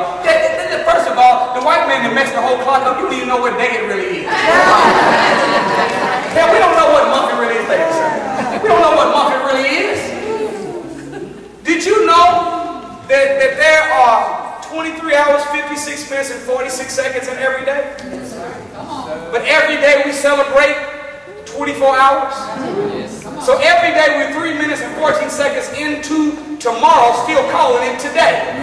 And we've been doing that for over 650 years. Well, what day really is it? What sign am I really up? No, you don't move when the stars move. The stars move when you move. You don't need to look up and figure out the arrangement of the stars. Arrange your life. Arrange your mind. Arrange your plan. Work your plan, and that's how things that don't manifest themselves. Then it says, the heathen. Heathen means one that does not believe in God at all. They go out into the wilderness and they cutteth down the tree. It is the work of the workman with his axe. Then they bring it into their homes and fasten it with hammer and nails that it moveth not. Does that sound like a Christmas tree to you? If it don't, then watch this next verse. And then they decorate it with silver and with gold. See, that's the way of the heathen. My grandfather, when I showed him this, he said, I've never seen this verse before. Well, when the minister broke down how to love a black woman and how to love a black man with one Bible verse, I said, I have never seen this verse before. Y'all ready for this? Yes. In Ephesians 5:33, there is a gender-specific command being given to men and women. First, it goes to men and says this to the brothers. And love your wives as you love yourself. Yes. The verb was love. Yes. And then it says, there's a gender-specific command to women. And wives, you must show respect for your husband. Yes. Two different languages. One is love to the woman, but the woman, to get the best out of a man, you got to show him respect. Yes. That's right. That's right. Are y'all still all right? Yes, sir. Yes. Now, they've done a study in 2012 that came on the Today Show where they went all over the world interviewing women to find out from women, what do you want out of a man? To most men's surprise, it ain't the stuff that we think that they're looking for. We assume that if we drive a certain car, have a certain amount of money in a bank account, certain muscle, look a certain way, we straight, we gonna be the one. But when they did the computation of what women were looking for, there were 5 things that they said that women wanted to get from a man whenever they had a definition of an ideal man. The first thing that they were looking for was what Rihanna said to Kendrick Lamar on his last album, loyalty, loyalty, loyalty. Y'all heard this song, right? Why loyalty? And in general, women have been one men women. But men have not been one woman men. That's right. So a woman wants to know, in a behind everywhere world,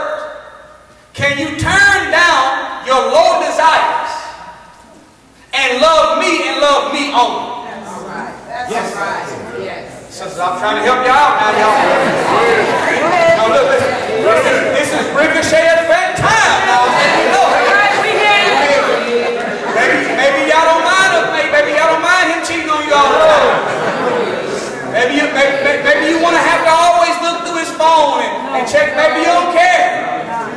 But if you want some loyalty, like Rihanna. Go ahead. One of the simple acts that show a woman that you have loyalty to her, women said, was a simple thing as just wearing a wedding ring. Yes, sir. Okay. Sister Jamal, y'all want to Yes. What's powerful about a wedding band? See, tell the truth, sisters. The first thing you notice when you see a man is whether he's handsome or not. But after you see that he's handsome, if you're not married, the second thing you want to do is you want to look down at that left hand and see that second finger from his feet. Yes. Is that right? That's right. And if he's handsome, and you look down and you see that he has a wedding ring on, then you start the process of curbing your enthusiasm. That's right. Did y'all hear it? But if you see he's handsome, and you look down at the second finger from his pinky and you don't see that ring, you might increase your enthusiasm.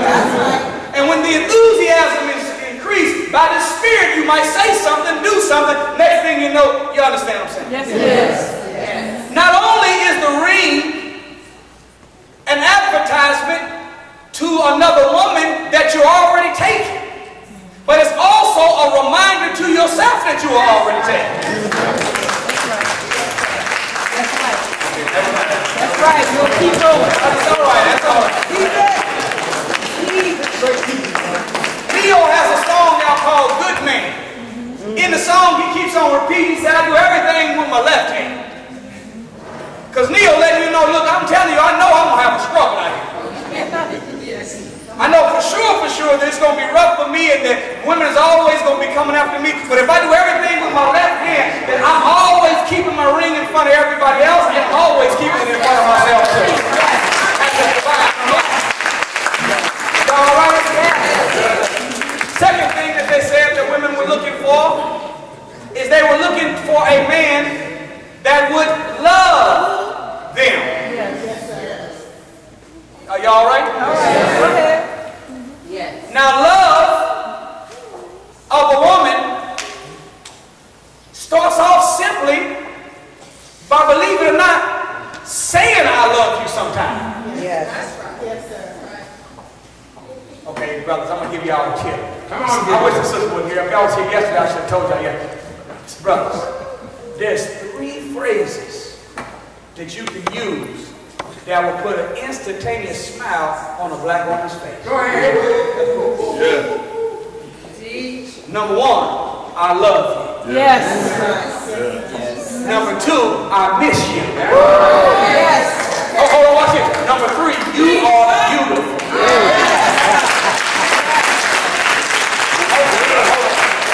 Hold on, brothers. As a disclaimer, they have to be used properly. They have to fit the circumstance. And you can't use all 3 of them together at the same time. We was in Miami, and after we finished the lecture, I said this in the lecture, and I seen a husband and a wife in the hallway, and they were going back and forth with each other. It wasn't no serious argument. They just was having a disagreement on what they was going to do after the meeting. And he was saying one thing, she was saying one thing. She started to get a little upset. You know what the brother did? He said, babe, hold on. I love you. I miss you, and you're beautiful. He thought it was just a magic wand. He's going to make it. No, you got to use it properly. But one of the key expressions of love is to communicate love with your mouth. Simple gestures. Y'all all right? Yes. Public displays of affection. Now, I'm not talking about doing this freaky white people stuff. You don't want people walking past you talking about get a room. But I'm going to tell you something, brothers. If you want to be up, you want to be all the way up, stop you because you All the way out. all the way up. Yes. You want to show that you got love and loyalty for your queen? Hold her hand in the public while y'all moving through the streets. See, because when you hold just the hand of your wife, you're not just saying I love you, but you're also telling her I like you. Yes. And not only do I love you and I like you, but I want the whole world to know. I want the whole world to know that I love you and I like you. You're mine and I'm yours. That reaffirms that security. Yes. Number 3. Women want men that will listen to them. Now I will tell you this, sisters. Your nature is to talk it out. But the Holy Quran says in the 3rd chapter, the male is not like the female. The female is not like the male. So why it's in your nature to talk it out, it's in the man's nature to think it out. Don't try to make a man operate like a woman. Don't keep asking no man to talk to you about it. Tell me about it. Let him sit in his chair. What? And let him work it out in his own mind. See, a man has pride. A man has an ego. A man feels that he's supposed to be a pillar of his home, a standard bearer. I'm supposed to be someone that everybody leans on, but I'm not supposed to ever need to lean on nobody. I'm the one that's going to make everything okay. I don't need nobody to make it okay with me. Between me and my God, we're going to work this thing out. So when a man is bothered by something, sisters, don't keep on harassing him. Don't keep asking him to talk to you. Let that man sit there and think it out. It does something good for a man's soul to know that I was able to sit, to think, to contemplate, to come up with a plan, work my plan, solve my own problem, and I have to go talk to nobody about it. Let that man think it out. But as a woman, as a man, when you see a woman, she likes to talk it out. So you got to be a good listener. You all right? Yes. 4th, she said, y'all got it right? Yeah. Loyalty, loyalty, loyalty. Love. Listen. Guess what else she said? She wanted a man with a good sense of humor. Yes. Laugh. Do you know, men, that a sense of humor is a sense of security? Anytime you see a man walking around and he always mean mugging everybody all the time, that's an insecure man. If a man got to act up all the time, he ain't tough. If you are genuinely a soldier, you can have killer right behind your smile. Yes, you don't have to run around acting all macho all the time because you actually are that. And whenever a woman is with a man that has a sense of humor, then she knows that no matter what's going on, he doesn't let nothing bother him, nothing flusters him too bad. Whenever he has a sense of humor, she knows that she got a man that's going to make it all right for her. That's right. Now another disclaimer. You got to tell jokes at the right time now. You can't joke at the wrong time. That's right. You can't come home from work and see your wife and your children in the dark with their first down coats on and mittens, freezing in the dark. That ain't a time for you to come in talking about, hey, why did the chicken cross the road? Ain't no time for no joke at that moment. That's right. Yeah, that's right. The chicken probably crossed the road because they got lights and heat over there. Somebody paid the bill. You know, that's why he crossed the road. Well, I'm here to cross the road. You're here to get our heat back on. But a sense of humor is a sense of security. Y'all still all right? Oh, man. Can y'all give me 7 minutes? 17 minutes. We got to talk about that black man. Go ahead. Take your time. The next thing that women were looking for was a man that would labor for her. A woman cannot look up to a lazy man. Say it again. Say it again. Women are not turned on by nor kept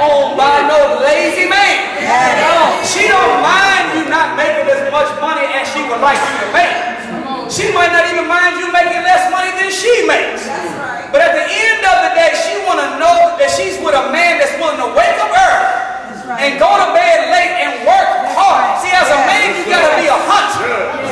As a man, you have to be a go-getter. As a man, you have to be a producer.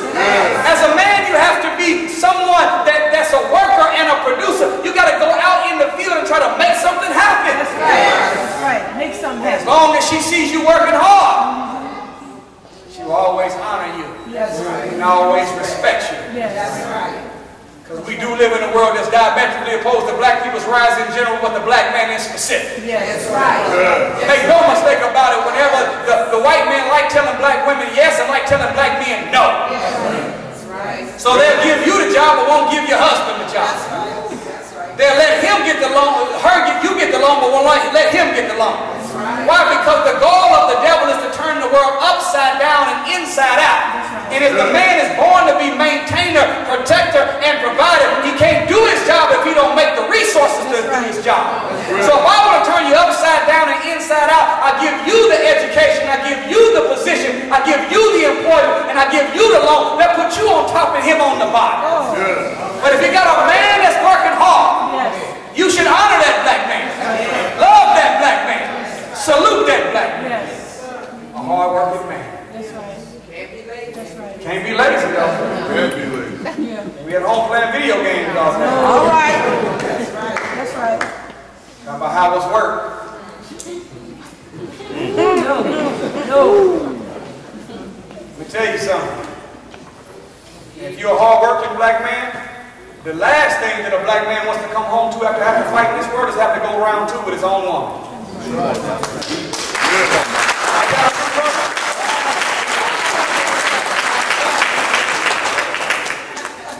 That was a weak ricochet effect. Watch this ricochet effect. And the last thing that a black woman wants to come home to after fighting in this world is to come home to a man that ain't been fighting at all.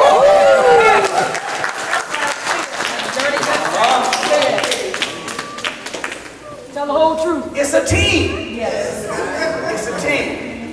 Y'all still all right? Yes. That's the 5 things they said, but the Honorable Minister Farrakhan said there's one other thing that you got to be. You can't just be loyal.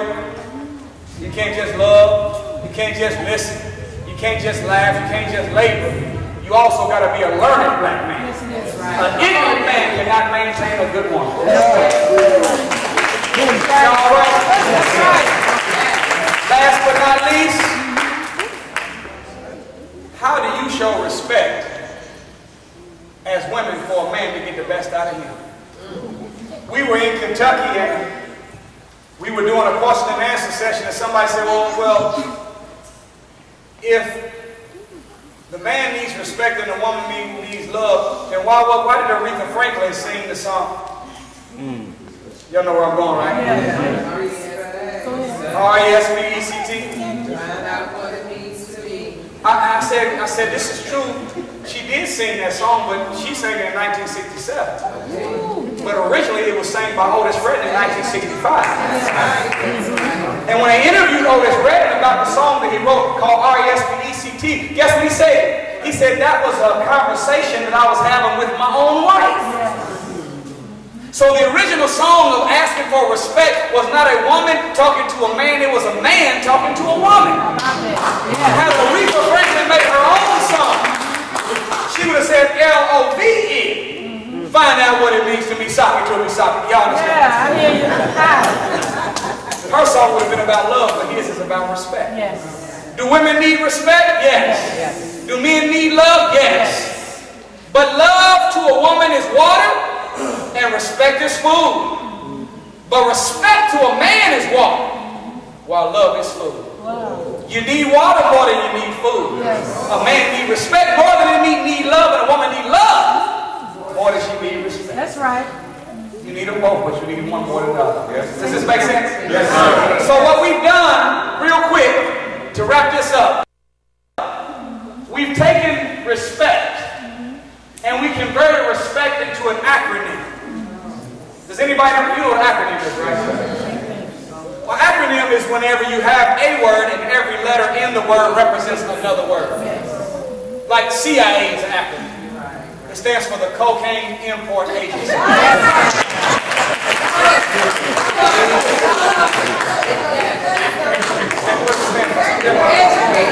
FBI. Finding a black man to incarcerate. Educated. Media, most effective devil in America.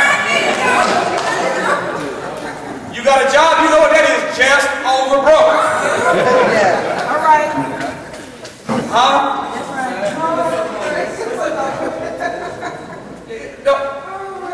Poor.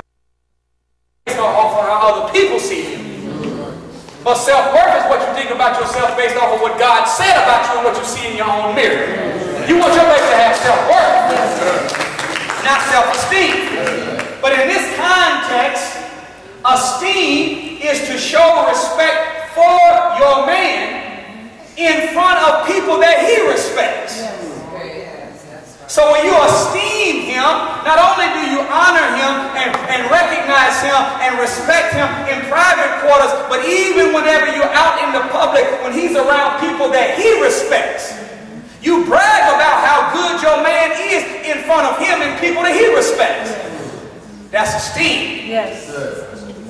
The S starts off with just a simple thing. Smile, black woman.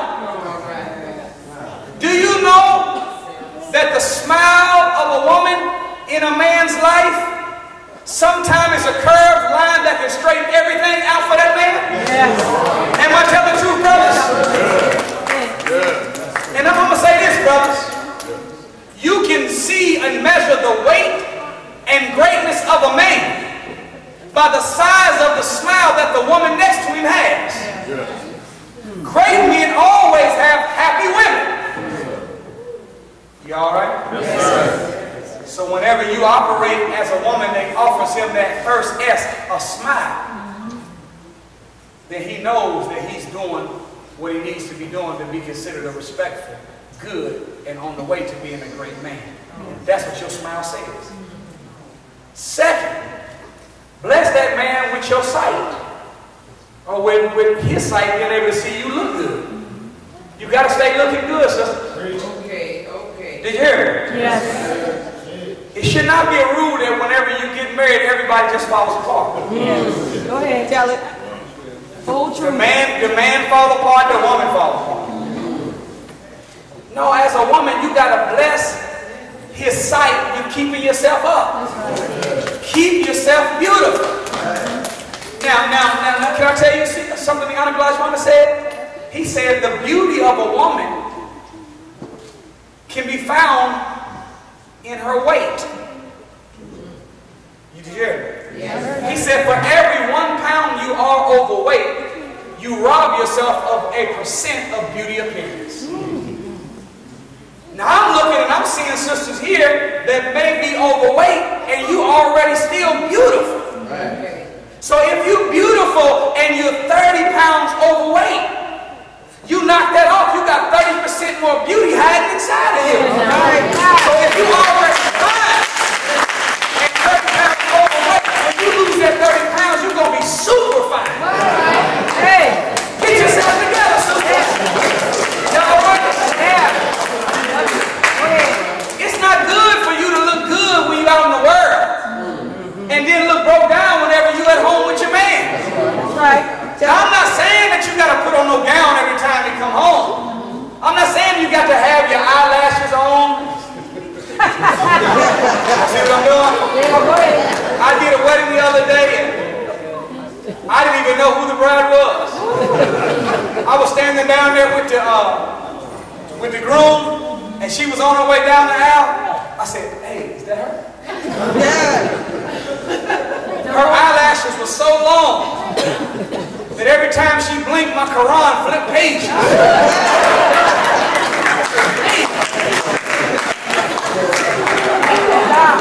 That was if eyelashes are ceiling fan. What is it?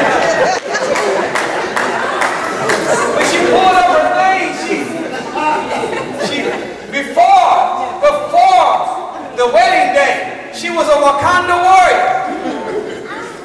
The day of the wedding, she was Pocahontas. I didn't know who she was. And she had on so much makeup, I couldn't even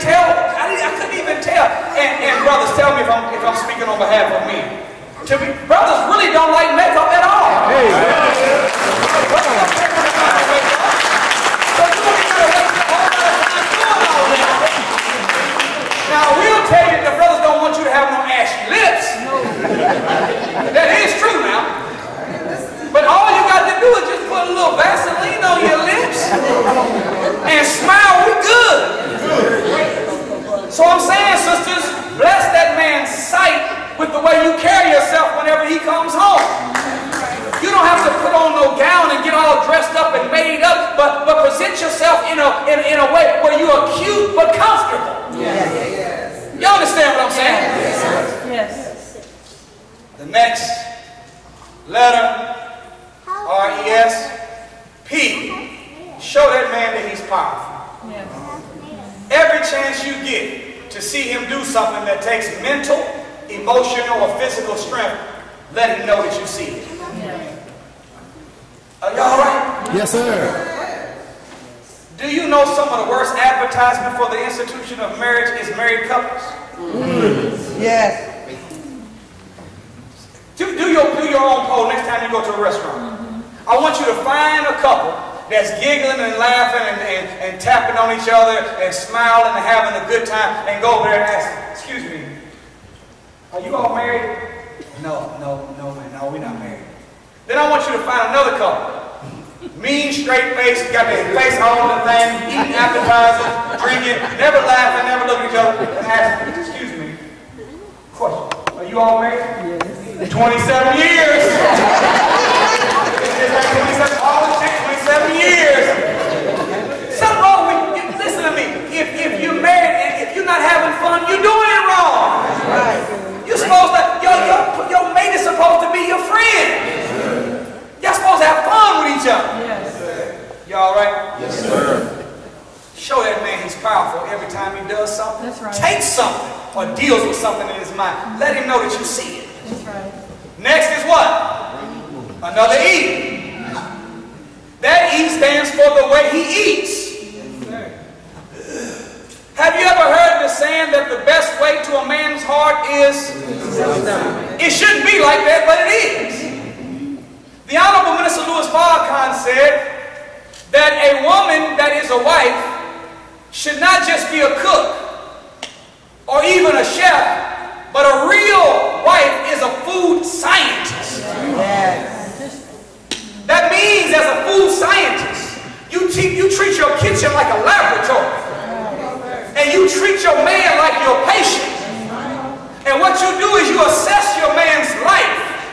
You assess what he's going through in his life and what he does for a living. And then you began doing the research on the kind of herbs and seasoning and the appropriate balance of protein and amino acids and fiber and fruit. Which fruits will help him? Which teas will do the best? Which herbs will do the best to help my man handle what he's going through and produce what he's trying to produce? Let me tell you something,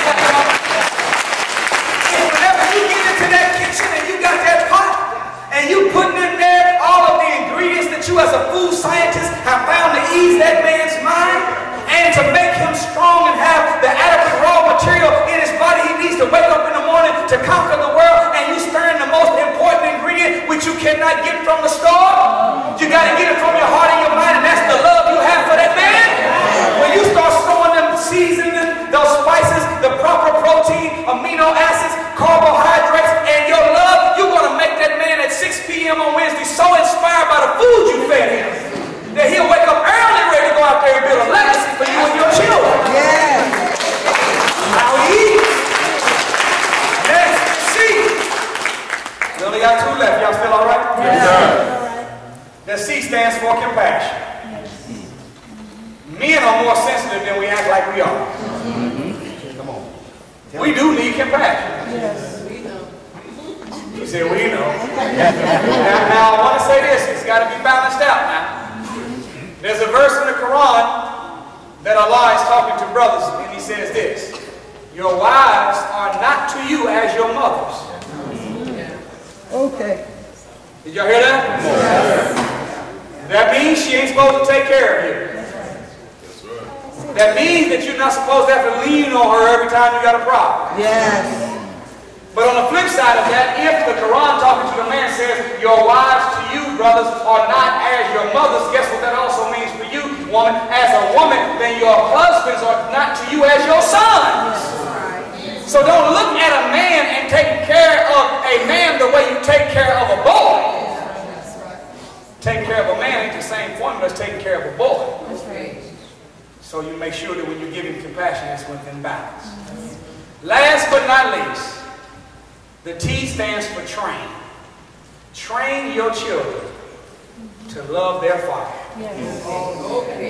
Let me tell you something, sister. If you got a good man that's hardworking, in this world, black people got to work twice as hard to get half as much. That's right. That's right. Am I telling the truth?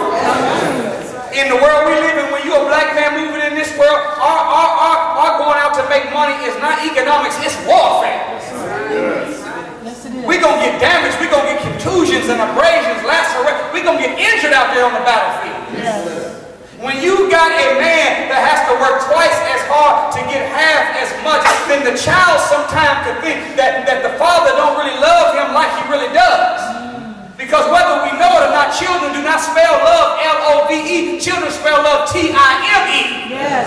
And when you don't give time to children, they don't think you love them. But if you're a hard worker man in a white man's world, you don't have a lot of time to be around for your child like you need to be.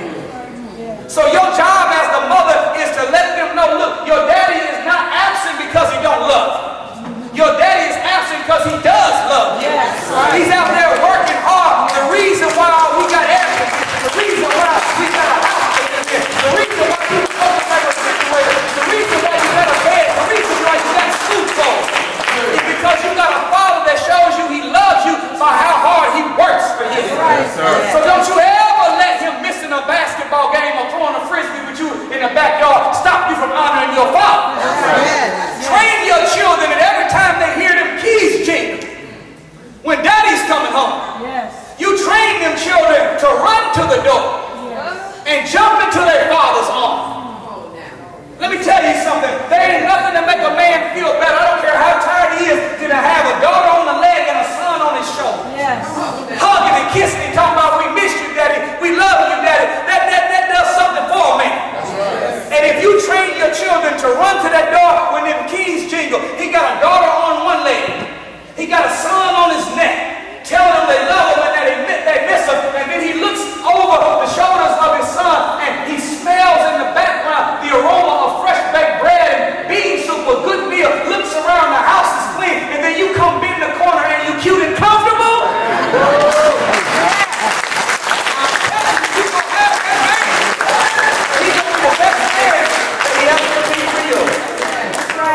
Black man, be loyal. Yes. Black man, love her. Yes. Black man, listen to her. Yes, Make her laugh. Yes. Labor for her.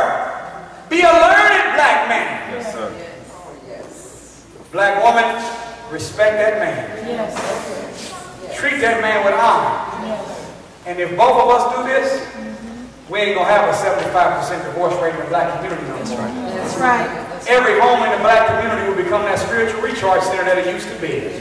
Where we can unplug from this no good, wicked, white supremacist world and come to a place where we can plug into a pure source of love and extract from one another peace and power. Thank you for listening. I appreciate it.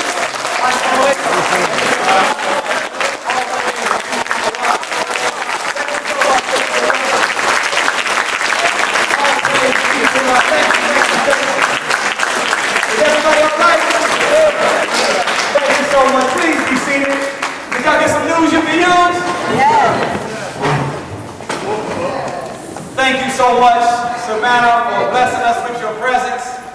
I hope that we, whatever religion you have, whatever belief system you have, you got something today that's some nuts and bolts you can take home and renegotiate your life.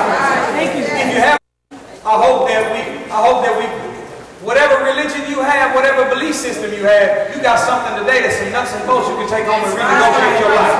Thank you. If you have not found a mate yet, don't worry about it. Proper preparation will prevent a poor performance. Learn it now, so that when you get involved, that you will know exactly how to be the best that you can be and get the best out of the one that you will. Yes.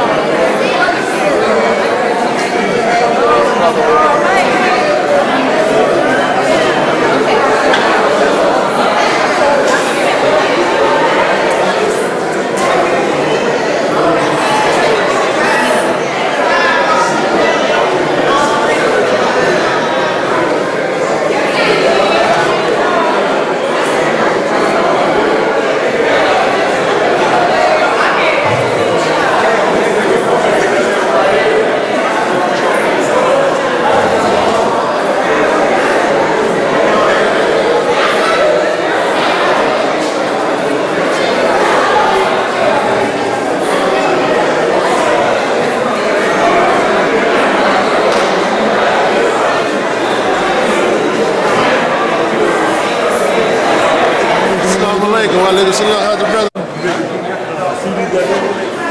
No, I don't. No, I'm gonna put it on the YouTube channel. Whole thing? Yeah.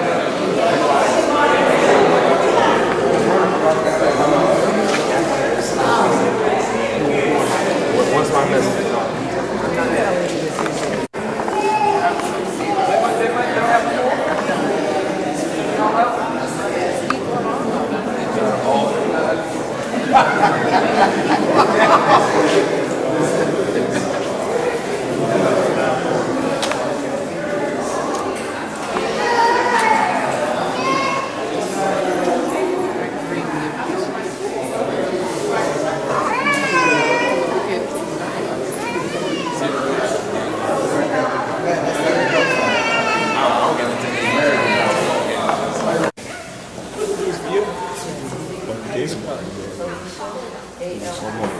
See what I'm